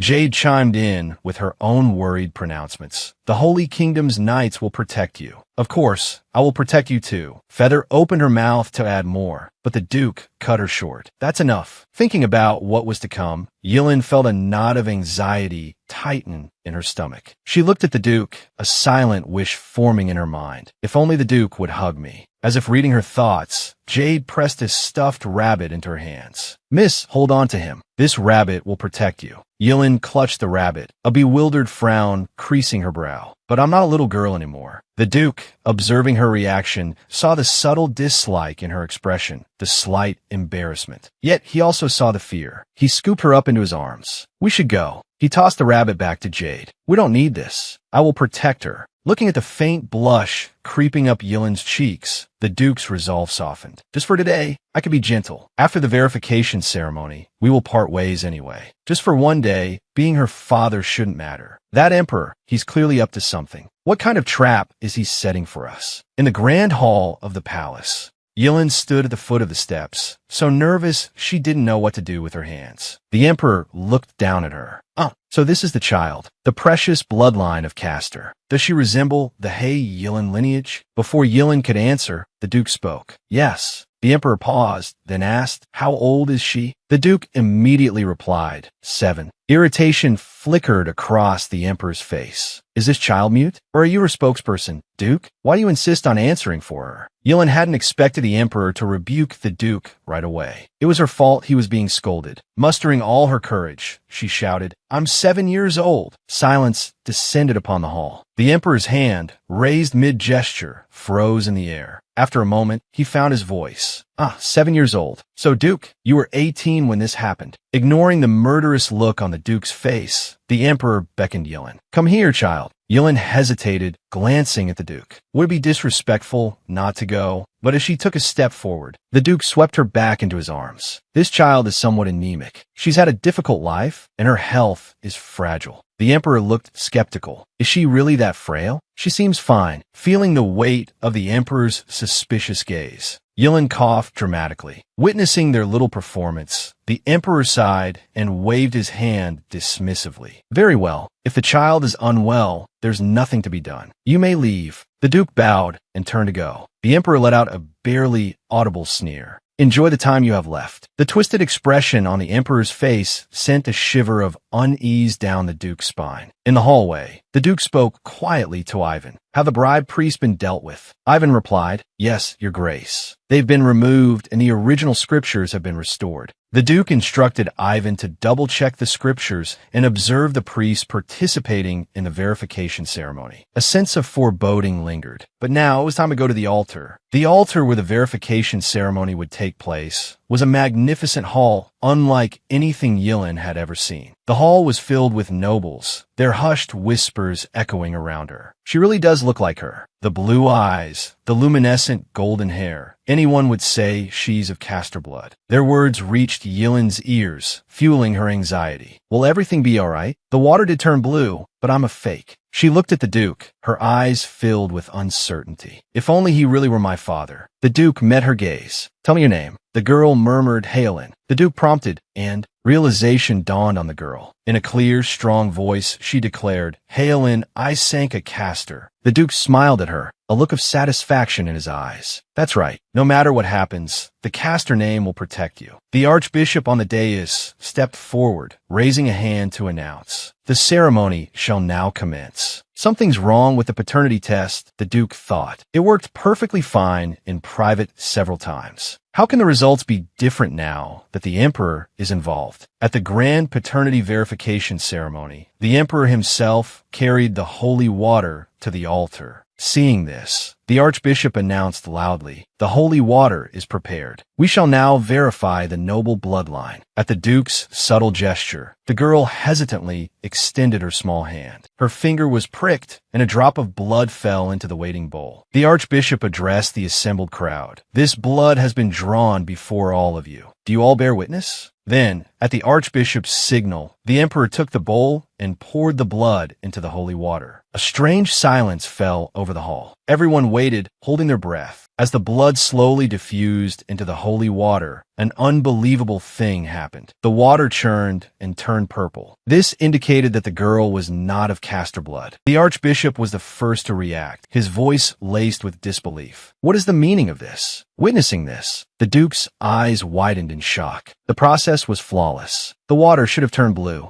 See, Even if appearances can deceive, blood cannot. The emperor's voice rang out. He seemed unsurprised by the outcome. He then urged the archbishop, announce it. The verification ceremony is complete. Though skeptical of the result, the archbishop steeled himself and declared, "This child is not of Castor blood." With this, the verification ceremony concludes. The hall erupted in a cacophony of murmurs. The girl stood there, lost and bewildered, tears welling in her eyes, unsure of what awaited her. The emperor, seemingly pleased with the result, descended the steps leisurely, not forgetting to taunt the duke. "What were you trying to do, Duke? Bringing a fake here for a charade? You've wasted everyone's time. Duke Castor, you will pay for this." The duke and the girl watched in silence as the emperor left, laughing. Just then, Jade rushed toward them. "Duke, what happened?" "I checked the relics myself at the last moment." The duke suddenly recalled the emperor's earlier words. "Enjoy the time you have left." Was this what he meant? The duke pondered. It's not entirely impossible to switch the relics without anyone noticing. Jade, replaying the events in his mind, found it improbable. "I personally guarded the relics and only handed them over right before the ceremony. I stood where everyone could see me. How could I have switched them under so many watchful eyes?" The duke paused, then slowly said, "There was one moment when the child was pricked. Damn it, the emperor tricked us and switched the blood." Reborn, he was once again entangled in a vast conspiracy. In the conference room, nobles disgruntled with the duke filled the seats around the large round table. The emperor spoke first. "I am disappointed in you, Duke Castor. Since she is not your daughter, return the child to Count Zachary. I had such high hopes when you claimed her as your own. Are you testing the emperor's authority?" The duke tried to speak, but the emperor cut him off. "The results are clear for all to see. What more do you have to say?" The duke replied calmly, "I intend to search the temple and thoroughly investigate this matter. I will find the one who has angered your majesty." The emperor scoffed. "Aren't you the one who has angered me, Duke?" Ignoring the taunt, the duke continued, "I will prove my innocence. Therefore, I request another verification ceremony. I cannot hand this child over to these shameless people." Meanwhile, Jade and the others faced a serious problem. The palace guards were attempting to take the girl away by force. Ivan shouted, "Even His Majesty cannot simply take away the Duke's daughter." The guards retorted, "The verification ceremony has proven she is not Lady Castor." They then drew their weapons. "If you defy the Emperor's orders," one of them threatened, "I'll consider it treason." Just as Yilin was consumed by fear, a figure stepped in front of her. It was Ivan. Jade quickly joined him, standing firm despite the guards' roared commands to move aside. Their expressions remained resolute. This stunned Yilin. She was a fraud, an imposter, and yet they were willing to protect her. In that moment, she made a decision. She couldn't let those who cared for her be put in danger. As Ivan and Jade watched in surprise, Yilin calmly stepped in front of them. "I'll go," she declared. Ivan, panicked, cried out, "My lady, you can't. The Duke will resolve this. He'll be devastated if he returns, and you're gone." Yilin comforted him. "It's all right, Ivan. I'm not the Duke's daughter. I'm not your lady. So it's all right." With that, she embraced Ivan tightly. "Thank you," she whispered. Watching her leave, Ivan called after her, "My lady, I will come for you." In the carriage, Yilin felt a knot of anxiety tighten in her stomach. The clothes, the symbols of the Castor family, were all a lie. Would she ever see the Duke again? Probably not. The thought filled her with regret. She should have thanked him before leaving. After an unknown amount of time, the carriage finally stopped. A gruff voice barked from outside, "Get out baggage." As Yilin stepped down, she saw a young man standing beside the carriage. He looked strangely familiar. The same hair color, the same handsome features. He looked just like the second prince. A servant anxiously urged her, "Bow. This is His Highness, the Crown Prince." Yilin's breath caught in her throat. "The Crown Prince?" She quickly curtsied. "Your Highness," she murmured. The young man strolled towards her, casually lifting her chin to scrutinize her face. "I heard the one causing such a commotion in the palace was a child," he said dismissively. "So I came to see for myself. Nothing special." Everything was mirroring her past life. Once again, she had fallen into Count Zachary's clutches. Was she destined to disappear without a trace again? The Crown Prince stared at her, as if appraising an object. He finally released her chin, and just as Yilin thought it was over, he abruptly yanked her hair, pulling hard. "Is this hair color really the same as that, Tool?" he sneered. "Is this your natural color? Strange. You look just like the Duke, but not at all like your original father. Wouldn't you say, Count?" Yilin then saw him. Count Zachary stood behind the Crown Prince. What was he doing here? One thought consumed Yilin. She had to escape, but as she turned to run, he grabbed her hair again, yanking her back. The crown prince's voice was devoid of emotion. It seems seeing your father didn't please you. Although he knew the crown prince was mocking him, Count Zachary didn't dare disobey. He forced a paternal smile. Halen, it's all right now. You're safe. Don't be scared. You'll be with your father from now on. The crown prince continued to watch with amusement. Your daughter seems rather unfamiliar with you.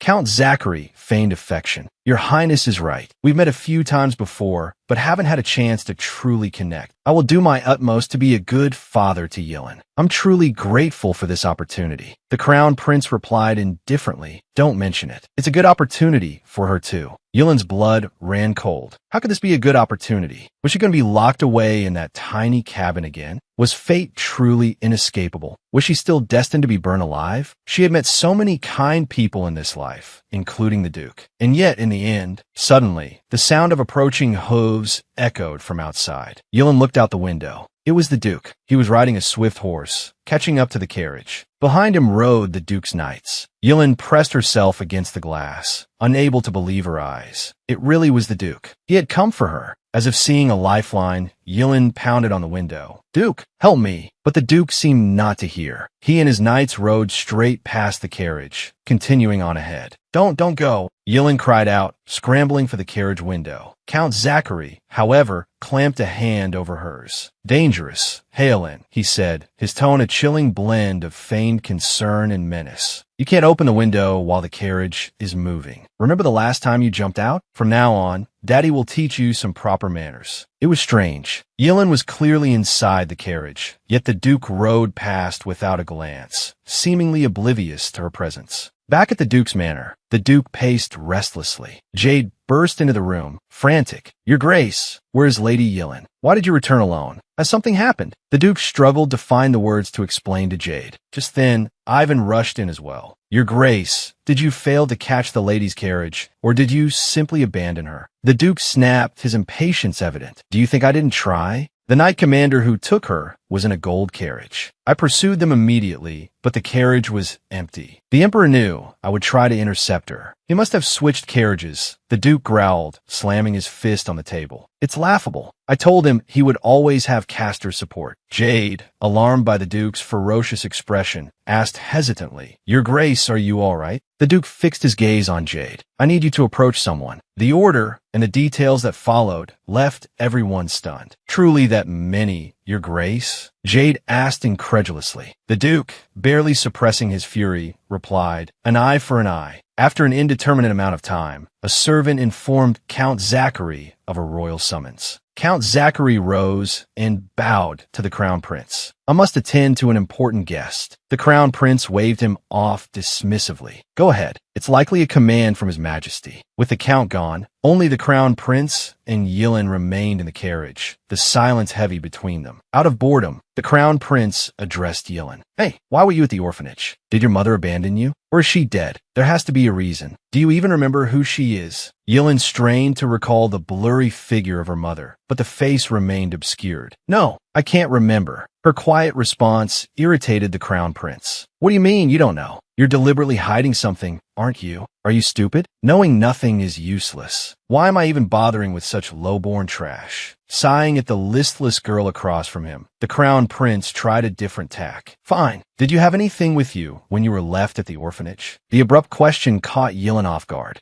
The crown prince exploded. Are you refusing to speak to me? Or can you only utter single syllables? Yilin, shrinking back from his rage, quickly apologized. I'm sorry. I'm so sorry. The crown prince roared, cutting her off. Enough. You're utterly boring. Why would father even bother with a child like? No, this is infuriating. The tirade left Yilin teary-eyed and miserable. This man looked exactly like the second prince, yet their personalities were polar opposites. He was terrifying. A wave of sadness washed over her. The second prince, she would likely never see him again. Even this loathsome crown prince hadn't left her to die back then. Gazing out the window, Yilin noticed Count Zachary in a separate carriage some distance away. Glancing back at the seemingly dozing crown prince, she realized this might be her best chance to escape. She quietly edged towards the door and carefully reached for the handle. But the moment she pushed it open, hey, a hand shot out from behind, yanking her back. Yilin tumbled into the stranger's arms. As the door swung open, a gust of wind whipped through the carriage, snatching her hat away. Yilin was stunned. Inside the carriage, she hadn't anticipated the breakneck speed at which they were hurtling along. The Crown Prince, also clearly startled by her impulsive action, took a moment to compose himself before scolding her. What were you thinking? If you had jumped out just then, you would have been crushed under the wheels and hooves instantly. He yanked her back inside, slammed the door shut, and threw her back onto the seat. Stay put, he ordered. Count Zachary has gone to meet with the royals and will be back shortly. With that, he leaned back against the carriage wall, a languid air returning to him. The carriage raced on until nightfall before finally reaching its destination. Count Zachary, having arrived earlier, was already waiting outside to greet the Crown Prince. Your Highness, he said, bowing low, you must be weary from your journey. Will you be staying the night? The Crown Prince didn't even bother to lift his eyes. I'll be returning immediately. Suddenly, he turned to Yilin and uttered a cryptic remark. I hope that the next time we meet, you will be worthy of your station. As the Crown Prince's carriage slowly pulled away, Count Zachary's smile widened, turning almost predatory. Yilin, he purred, you've finally arrived at your father's home. Meanwhile, the Duke found himself in a predicament. He had unexpectedly received orders to lead a military campaign. His steward expressed deep concern, but the Duke resolved to obey the Emperor's command. He couldn't afford open defiance yet. The steward then mentioned that Archbishop Bale wished to meet with him. The Duke immediately surmised that Jade and the Archbishop were attempting to pressure him into retrieving Yilin. He decided against meeting them and retreated to his chambers instead. The usually bustling Duke's manor now felt eerily silent. Every corner seemed to hold a trace of Yilin. The Duke could almost hear her voice, and memories of their time together flickered through his mind like scenes from a film. These feelings troubled him deeply. Why did he keep thinking of her? They hadn't even known each other long. Even if she wasn't sent to Count Zachary, she would eventually be sent to the Holy Nation. Consumed by thoughts of Yilin, the Duke couldn't find any peace. Growing increasingly agitated, he summoned his steward, Rod. Gather the nobles in secret. Immediately, he commanded, find a way to bring her back to my estate. He allows his wife and daughter to constantly target and bully her, yet he schemes to bring her back. What is Count Zachary truly planning? Yilin wondered anxiously. Yilin hurried after Count Zachary into the manor. Informed that his wife and daughter were asleep, the Count decided to take Yilin directly to her room. This is my first gift to you, he told her. But upon entering the room, they found it in a state of utter disarray. The Count felt his face flush with embarrassment. Who did this? He demanded of the servants. Was it my wife or Lillian? The servants trembled, afraid to speak. Determined to maintain the facade of a loving father in front of Yilin, the Count proceeded to berate the servants. How could you let Yilin see this mess? He raged. He seemed utterly dismayed. What am I to do now? In the end, however, he merely confined the servants to their quarters and arranged for another room for Yilin. The next day, Countess Zachary feigned nonchalance as she brought up the previous night's incident. I heard there was some commotion, she remarked. I don't know what those incompetent servants are doing. The Count told her not to worry, assuring her that he had already punished the staff. He then turned to Yilin, feigning concern. You look tired, he said. Is the food not to your liking? Before Yilin could answer, a shrill shriek pierced the air. Disgusting.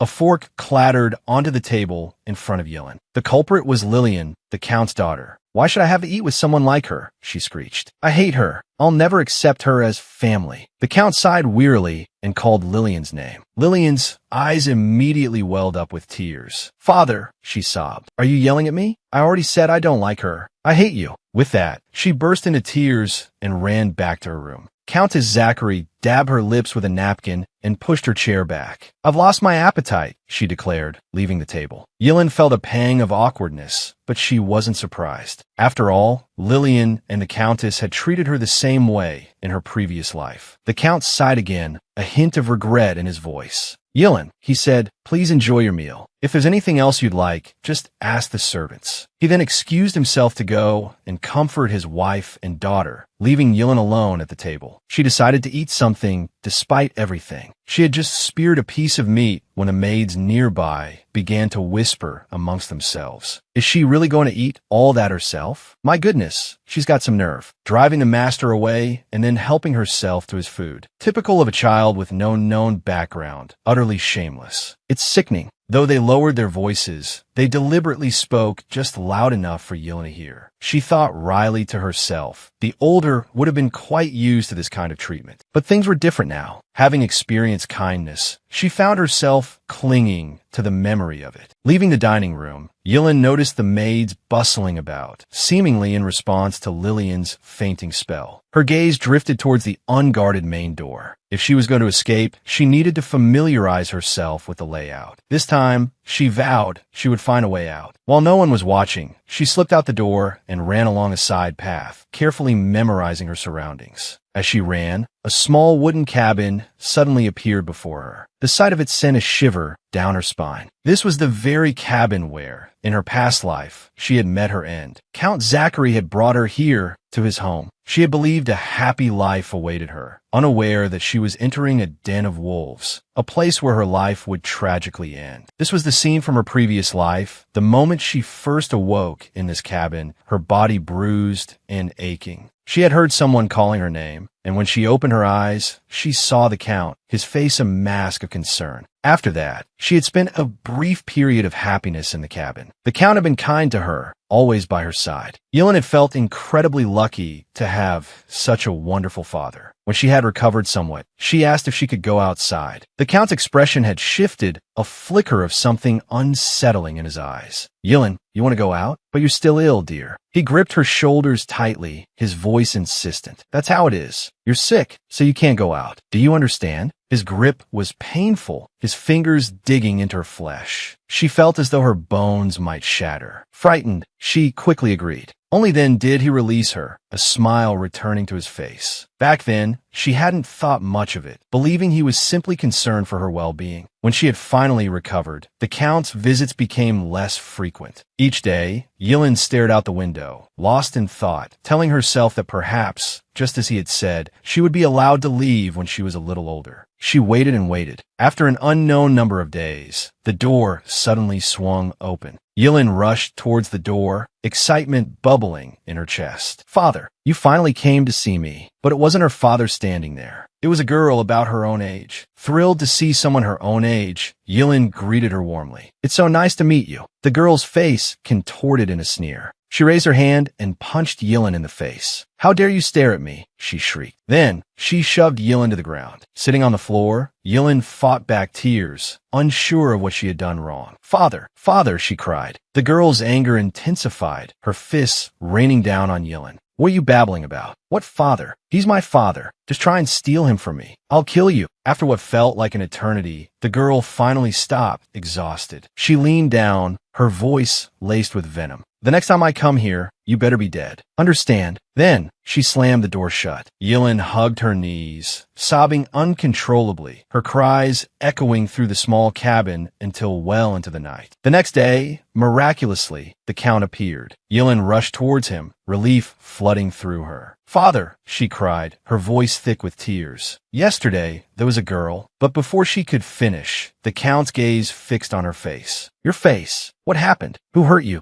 How dare they hurt you? How dare they? He roared, his voice laced with fury. As she looked at the Count, his face contorted in rage. A chilling realization dawned on her. He wasn't her father. He was a monster. How foolish she had been. A bitter laugh escaped her lips. But one question lingered in her mind. The Count had never allowed her to leave the cabin. So how had the fire started? The fire that had killed her? It had to have been one of them. And they had chosen her 18th birthday. Why? He understood. There was one thing he absolutely had to do in this life. Escape this cage. Sensing the time was right, the girl slowly retreated. A furious woman blocked her path. How dare you disappear without a word? Do you know how hideous you are? No wonder everything you do is as disgusting as your face. Having experienced death in her past life, the timeline of this one had already changed significantly. Yet, some things remain the same. Determined to escape, the girl secretly carried out her plan. Returning from scouting a path, the unfortunate girl ran into Countess Zachary. She endured a torrent of abuse. Why do you only do things that annoy people? Even if you haven't been educated, shouldn't you know basic etiquette? Do you know how much time I've wasted looking for you? The Countess then turned to the maid behind her, Kathy. You will keep an eye on this little wretch. If something like this happens again, you'll be the first to be punished. Seeing the maid's face, the girl's heart lurched. She recognized her. It was Kathy, who had tormented her most cruelly in her past life. As expected, over the next few days, Kathy treated the girl just as she had before. Her face was a mask of disapproval, punctuated by frequent scoldings. Meals were tossed onto the table with no care. The girl glanced at Kathy, noticing she was yawning. Seizing the opportunity, she quickly snatched a piece of bread from the table and hid it beneath. Hearing the movement, Kathy looked up sharply, but the girl was eating her meal, seemingly innocently. Another maid hurried over, calling to Kathy from afar. Have you heard the rumors about Duke Castor? He's going to war. The departure ceremony will be a grand affair. Hearing the Duke's name, the girl perked up. The Duke was going to war. She hoped he would be safe. Kathy bluntly expressed her dislike for the Duke. Despite never having met him, she declared with certainty that he was a strange man. He's always ignored the Count. I also heard he laughs while killing monsters, and if anyone around him makes a mistake, he kills them instantly. Suddenly, a voice nearby exclaimed, "That's not true." The maids jumped, looking around frantically. Besides the girl eating her meal quietly, there was no one there. The two maids sighed in relief. They must have misheard. Probably a stray cat, one muttered. Meanwhile, the girl seethed. The Duke was nothing like that. His smile was warmer and brighter than anyone's. He diligently performed his duties every day. The girl felt a pang of sadness. She missed him terribly. If only she could escape this place, she could see him again. As night fell, Kathy noticed the oil lamp was missing. She was sure she had brought it.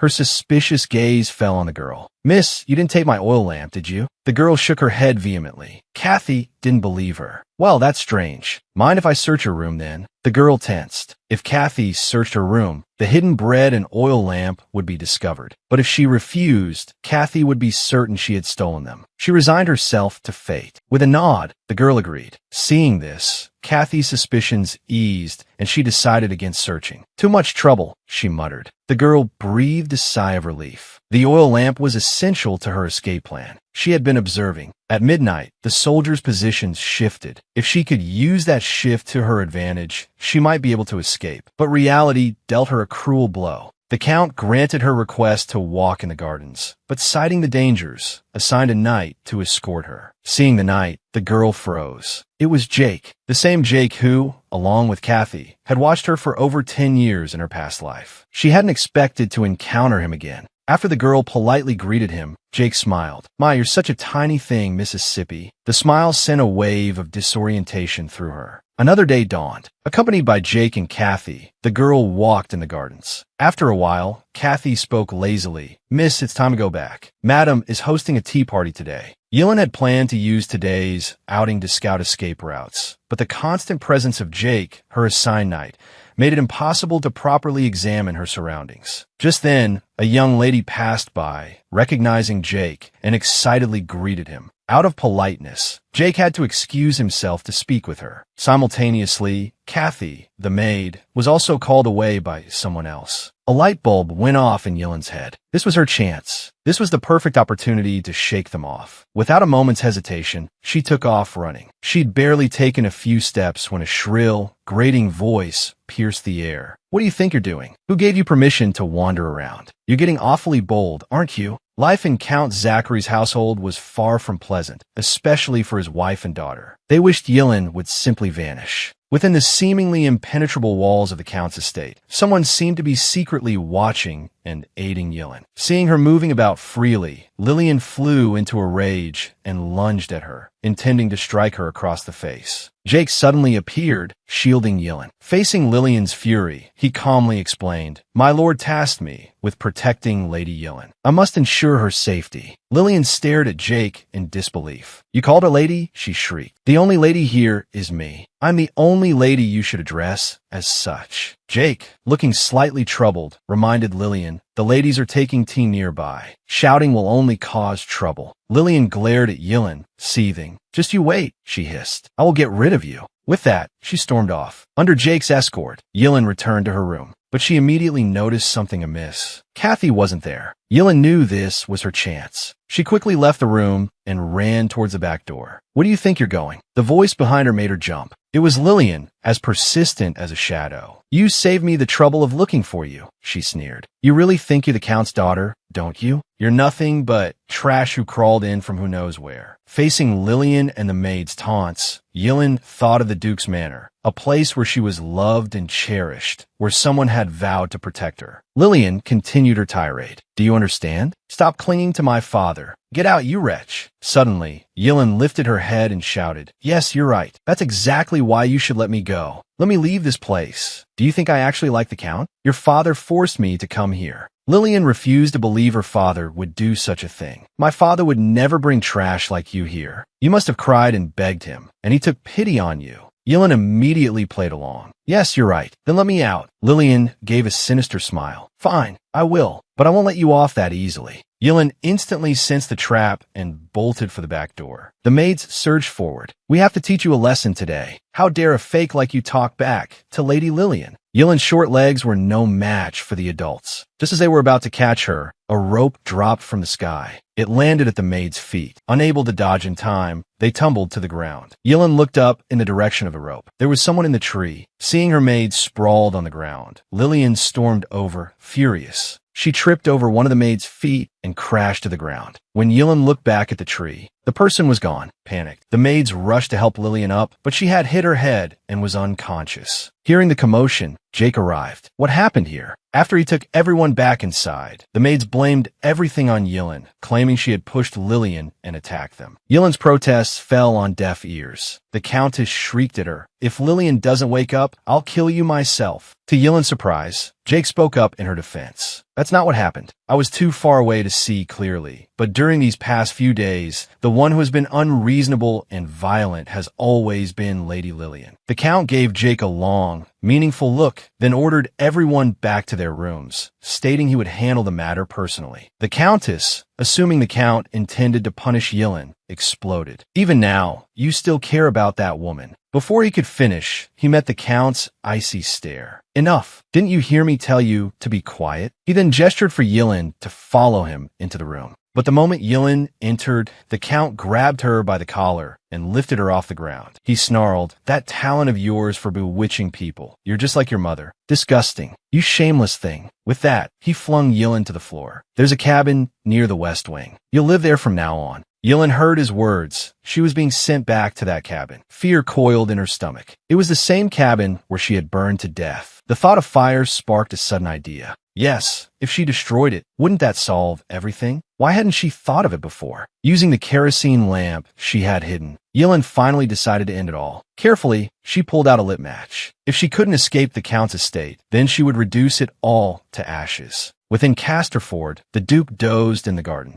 A gentle breeze stirred him awake. He blinked just as a figure approached. As the figure drew closer, he recognized Noah. Noah grinned. I heard you're leaving for the front tomorrow. I came to wish you a safe journey. I probably won't be able to make it to the departure ceremony. Noah's tone grew serious. I hear the nobles will be there as well. Are you planning a rebellion? Are you going to save that child? The Duke's heart lurched, but he maintained a calm facade. Please be mindful of your words, Noah. Noah grumbled. Now I can't even speak freely. Just then, Feather came running, calling out, Your Grace, Your Grace. He faltered when he saw Noah. Your Grace, there's something I can't really say here. The Duke, however, urged him on. Don't mind Noah. Speak freely. So Feather relayed the news he had just received. The Count has locked Miss Yilin away. Yilin leaned against the window, gazing at the scenery that was identical to her past life. A wave of emotion washed over her. She was back. Was this truly her only option? Contemplating this, Yilin took out a match. It had come with the hidden kerosene lamp. She didn't know what it was called, but she knew it could create fire. She wasn't sure if she could escape safely after setting the fire. Fear gnawed at her, but but she knew she had to do something. She couldn't just wait for someone to rescue her. Remembering the happy times she had spent with the Duke and Noah at the Duke's manor, Yilin realized that if she did nothing, she would never see them again. She struck the single match, her resolve hardening. I have to get out of here. I will earn my freedom. The match fell. The instant it touched the wooden floor, flames erupted. Yilin threw herself against the wooden door, praying silently. Let me break through. Please, I have to get out of here. I don't want to die. I want to live happily. She slammed against the door again and again, but it wouldn't budge. Exhausted, Yilin stared at the locked door, despair creeping into her heart. Why wouldn't it open? She refused to die like she had in her past life. I want to get out. I have to get out. Please, just let me out. Yilin sobbed, her pleas echoing in the burning room. Unbeknownst to her, a soft, gentle light began to envelop her. Then, with a whoosh, she found herself standing beneath the open sky. The oppressive heat was replaced by a cool breeze that ruffled her hair. Slowly, she opened her eyes. Gone was the dark, suffocating cabin. She looked up at the sky. Had she escaped? Behind her, the cabin was engulfed in flames. Confusion swirled within her. What had happened? She had just been inside. She watched as the fire consumed the small wooden structure. Tears streamed down Yilin's face. The memories associated with that cabin were nothing but painful. Starvation, freezing cold, she had been little more than a dog to Count Zachary. But that Yilin was gone now. It was over. From now on, she would forge a new life for herself. Meanwhile, a small group of riders was heading towards the burning cabin. One of them called out to the Duke. The cabin where the young lady was kept is on fire. We're fighting the blaze, but we can't find her anywhere. The speaker was the same man Yilin had seen before, the one in the trees. The Duke watched the distant cabin engulfed in flames. He immediately gave the order. She must be found. After setting fire to the Count's estate, everyone assumed Yilin had perished in the fire. In reality, she was running through the forest, planning to catch a bear for a pet. Yilin ran without stopping. Through the trees, across rivers, she ran until, breathless, she finally paused. This far. I should be safe now, she thought, but she was surprised to find the forest eerily silent. Even the birds had stopped singing. It felt as if something dreadful was approaching. Don't be afraid,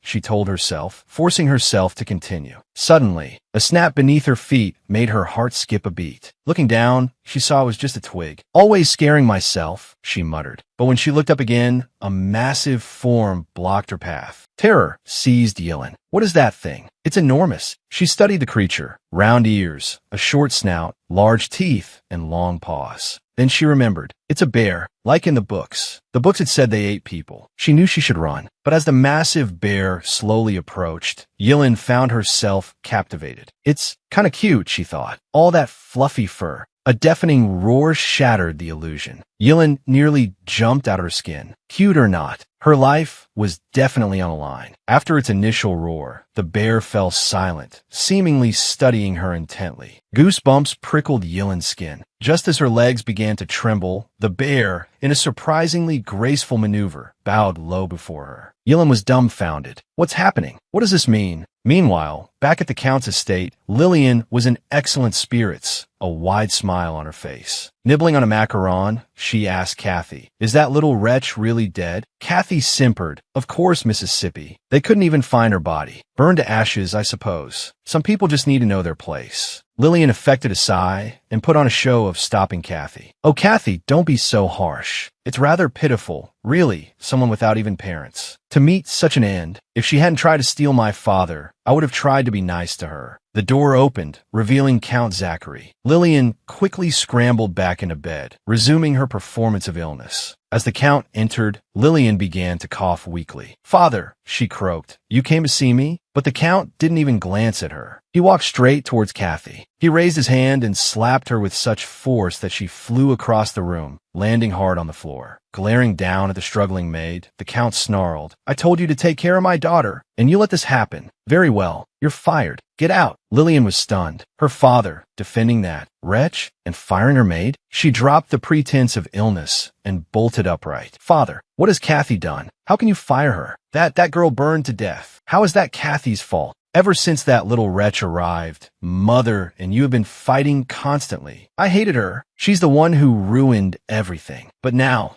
she's finally dead. You have no idea how happy I am." The Count, silent until now, swept his arm across the table, sending everything crashing to the floor. Gripping the edge of the table, he began to mutter, almost as if possessed. "Dead? How can she be dead? Impossible. She can't just leave me like that, like before. I must find her. No matter what."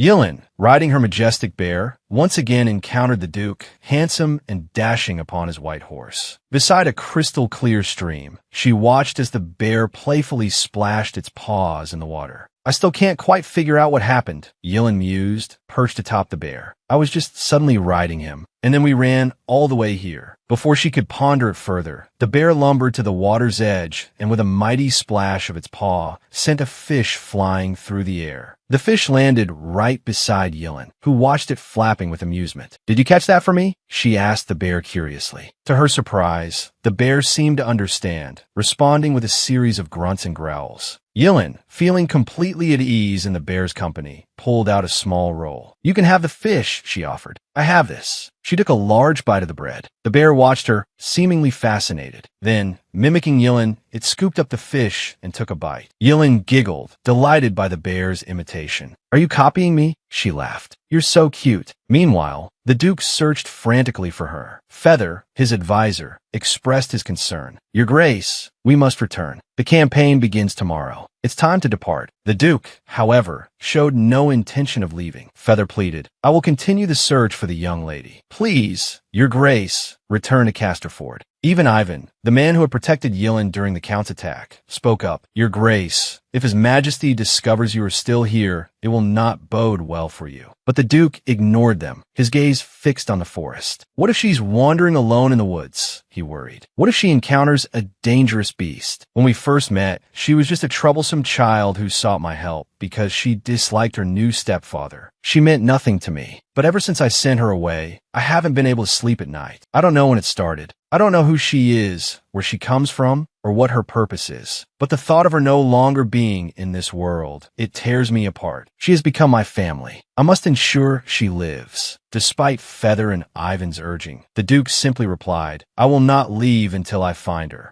As Ivan began to speak again, a dark shape darted through the distance, accompanied by heavy footsteps. Everyone's attention was immediately drawn to it. "What is that? A bear? And there's someone on its back." Feather gasped. "Heavens, it's the young lady." Without hesitation, the Duke leaped onto his horse and, followed by the others, galloped after the bear. Yilin, seated on the bear's furry back, laughed as they raced across the meadow, the scenery blurring around them. She had never experienced anything like it. The Duke's heart melted at the sight of her joyful face. He reached out a hand. "It doesn't matter whether she's a Casterford or not," he thought. "She's the only family I recognize." Yilin felt a strong hand grasp her, and in a blink, she was lifted from the bear's back and placed on a horse. A familiar, gentle voice spoke behind her. "Did you have fun?" Yilin turned, disbelief etched on her face. "Your Grace? Is it really you?" Tears welled in her eyes. She threw herself into his arms, sobbing uncontrollably. "Your Grace, it's really you. I missed you so much." Having just escaped one prison, she was terrified of being returned to another. How could this be, she thought? Why would the Duke, who had always been so kind,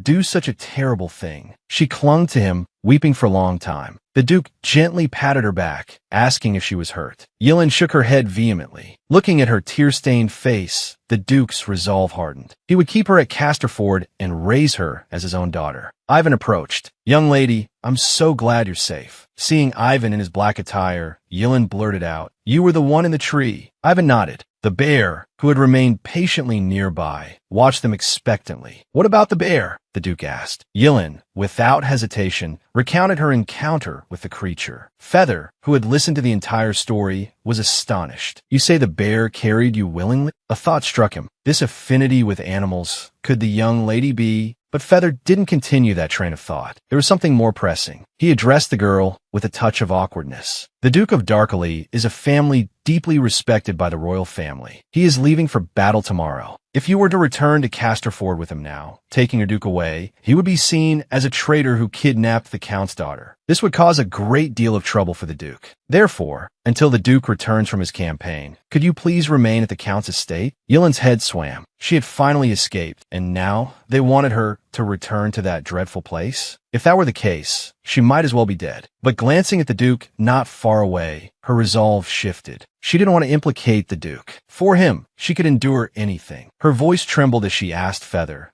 "You will definitely return, won't you?" Feather immediately replied, "Most certainly, Mississippi. We will return. Then I'm willing to go back to Count Zachary's estate." That evening, the Duke personally rode Yilin back to the gates of the Count's estate. Seeing her return, the Count rushed forward. "Yilin, are you all right? You have no idea how worried I've been." He reached out to embrace her. "Come to Papa." The Duke impatiently swatted his hand away. "The child is tired. Let her rest." The Count's eyes glistened with tears. Of course. It's thanks to you that I can see my child safe and sound." The Duke ignored the Count's theatrical display. He addressed Yilin, "I cannot take you with me now, but I will come back for you as soon as possible." He spoke the last part loudly, ensuring the Count heard him. Yilin smiled brightly and replied, "Okay." The Duke then turned and departed. Watching the Duke's receding figure, a poignant feeling welled up within Yilin. She was alone again, but this time she wasn't afraid. The Duke had promised to return, and now she had somewhere to return to. The Count's estate held no more fear for her. As expected, Yilin was once again confined, but this time it was different. Even locked away, her heart overflowed with happiness. She only had to wait 3 months. Once the campaign was over, she would be free. She had made a promise with the Duke, after all. The thought filled her with excitement, and she couldn't help but cheer aloud. "I believe in the Duke. Because I am loved, I am happy." Just as she finished speaking, a sudden giggle beside her startled her. She turned to see Noah, the second prince, standing outside her window, whom she hadn't seen in a long time. Yilin gasped, "Your Highness, why are you here?"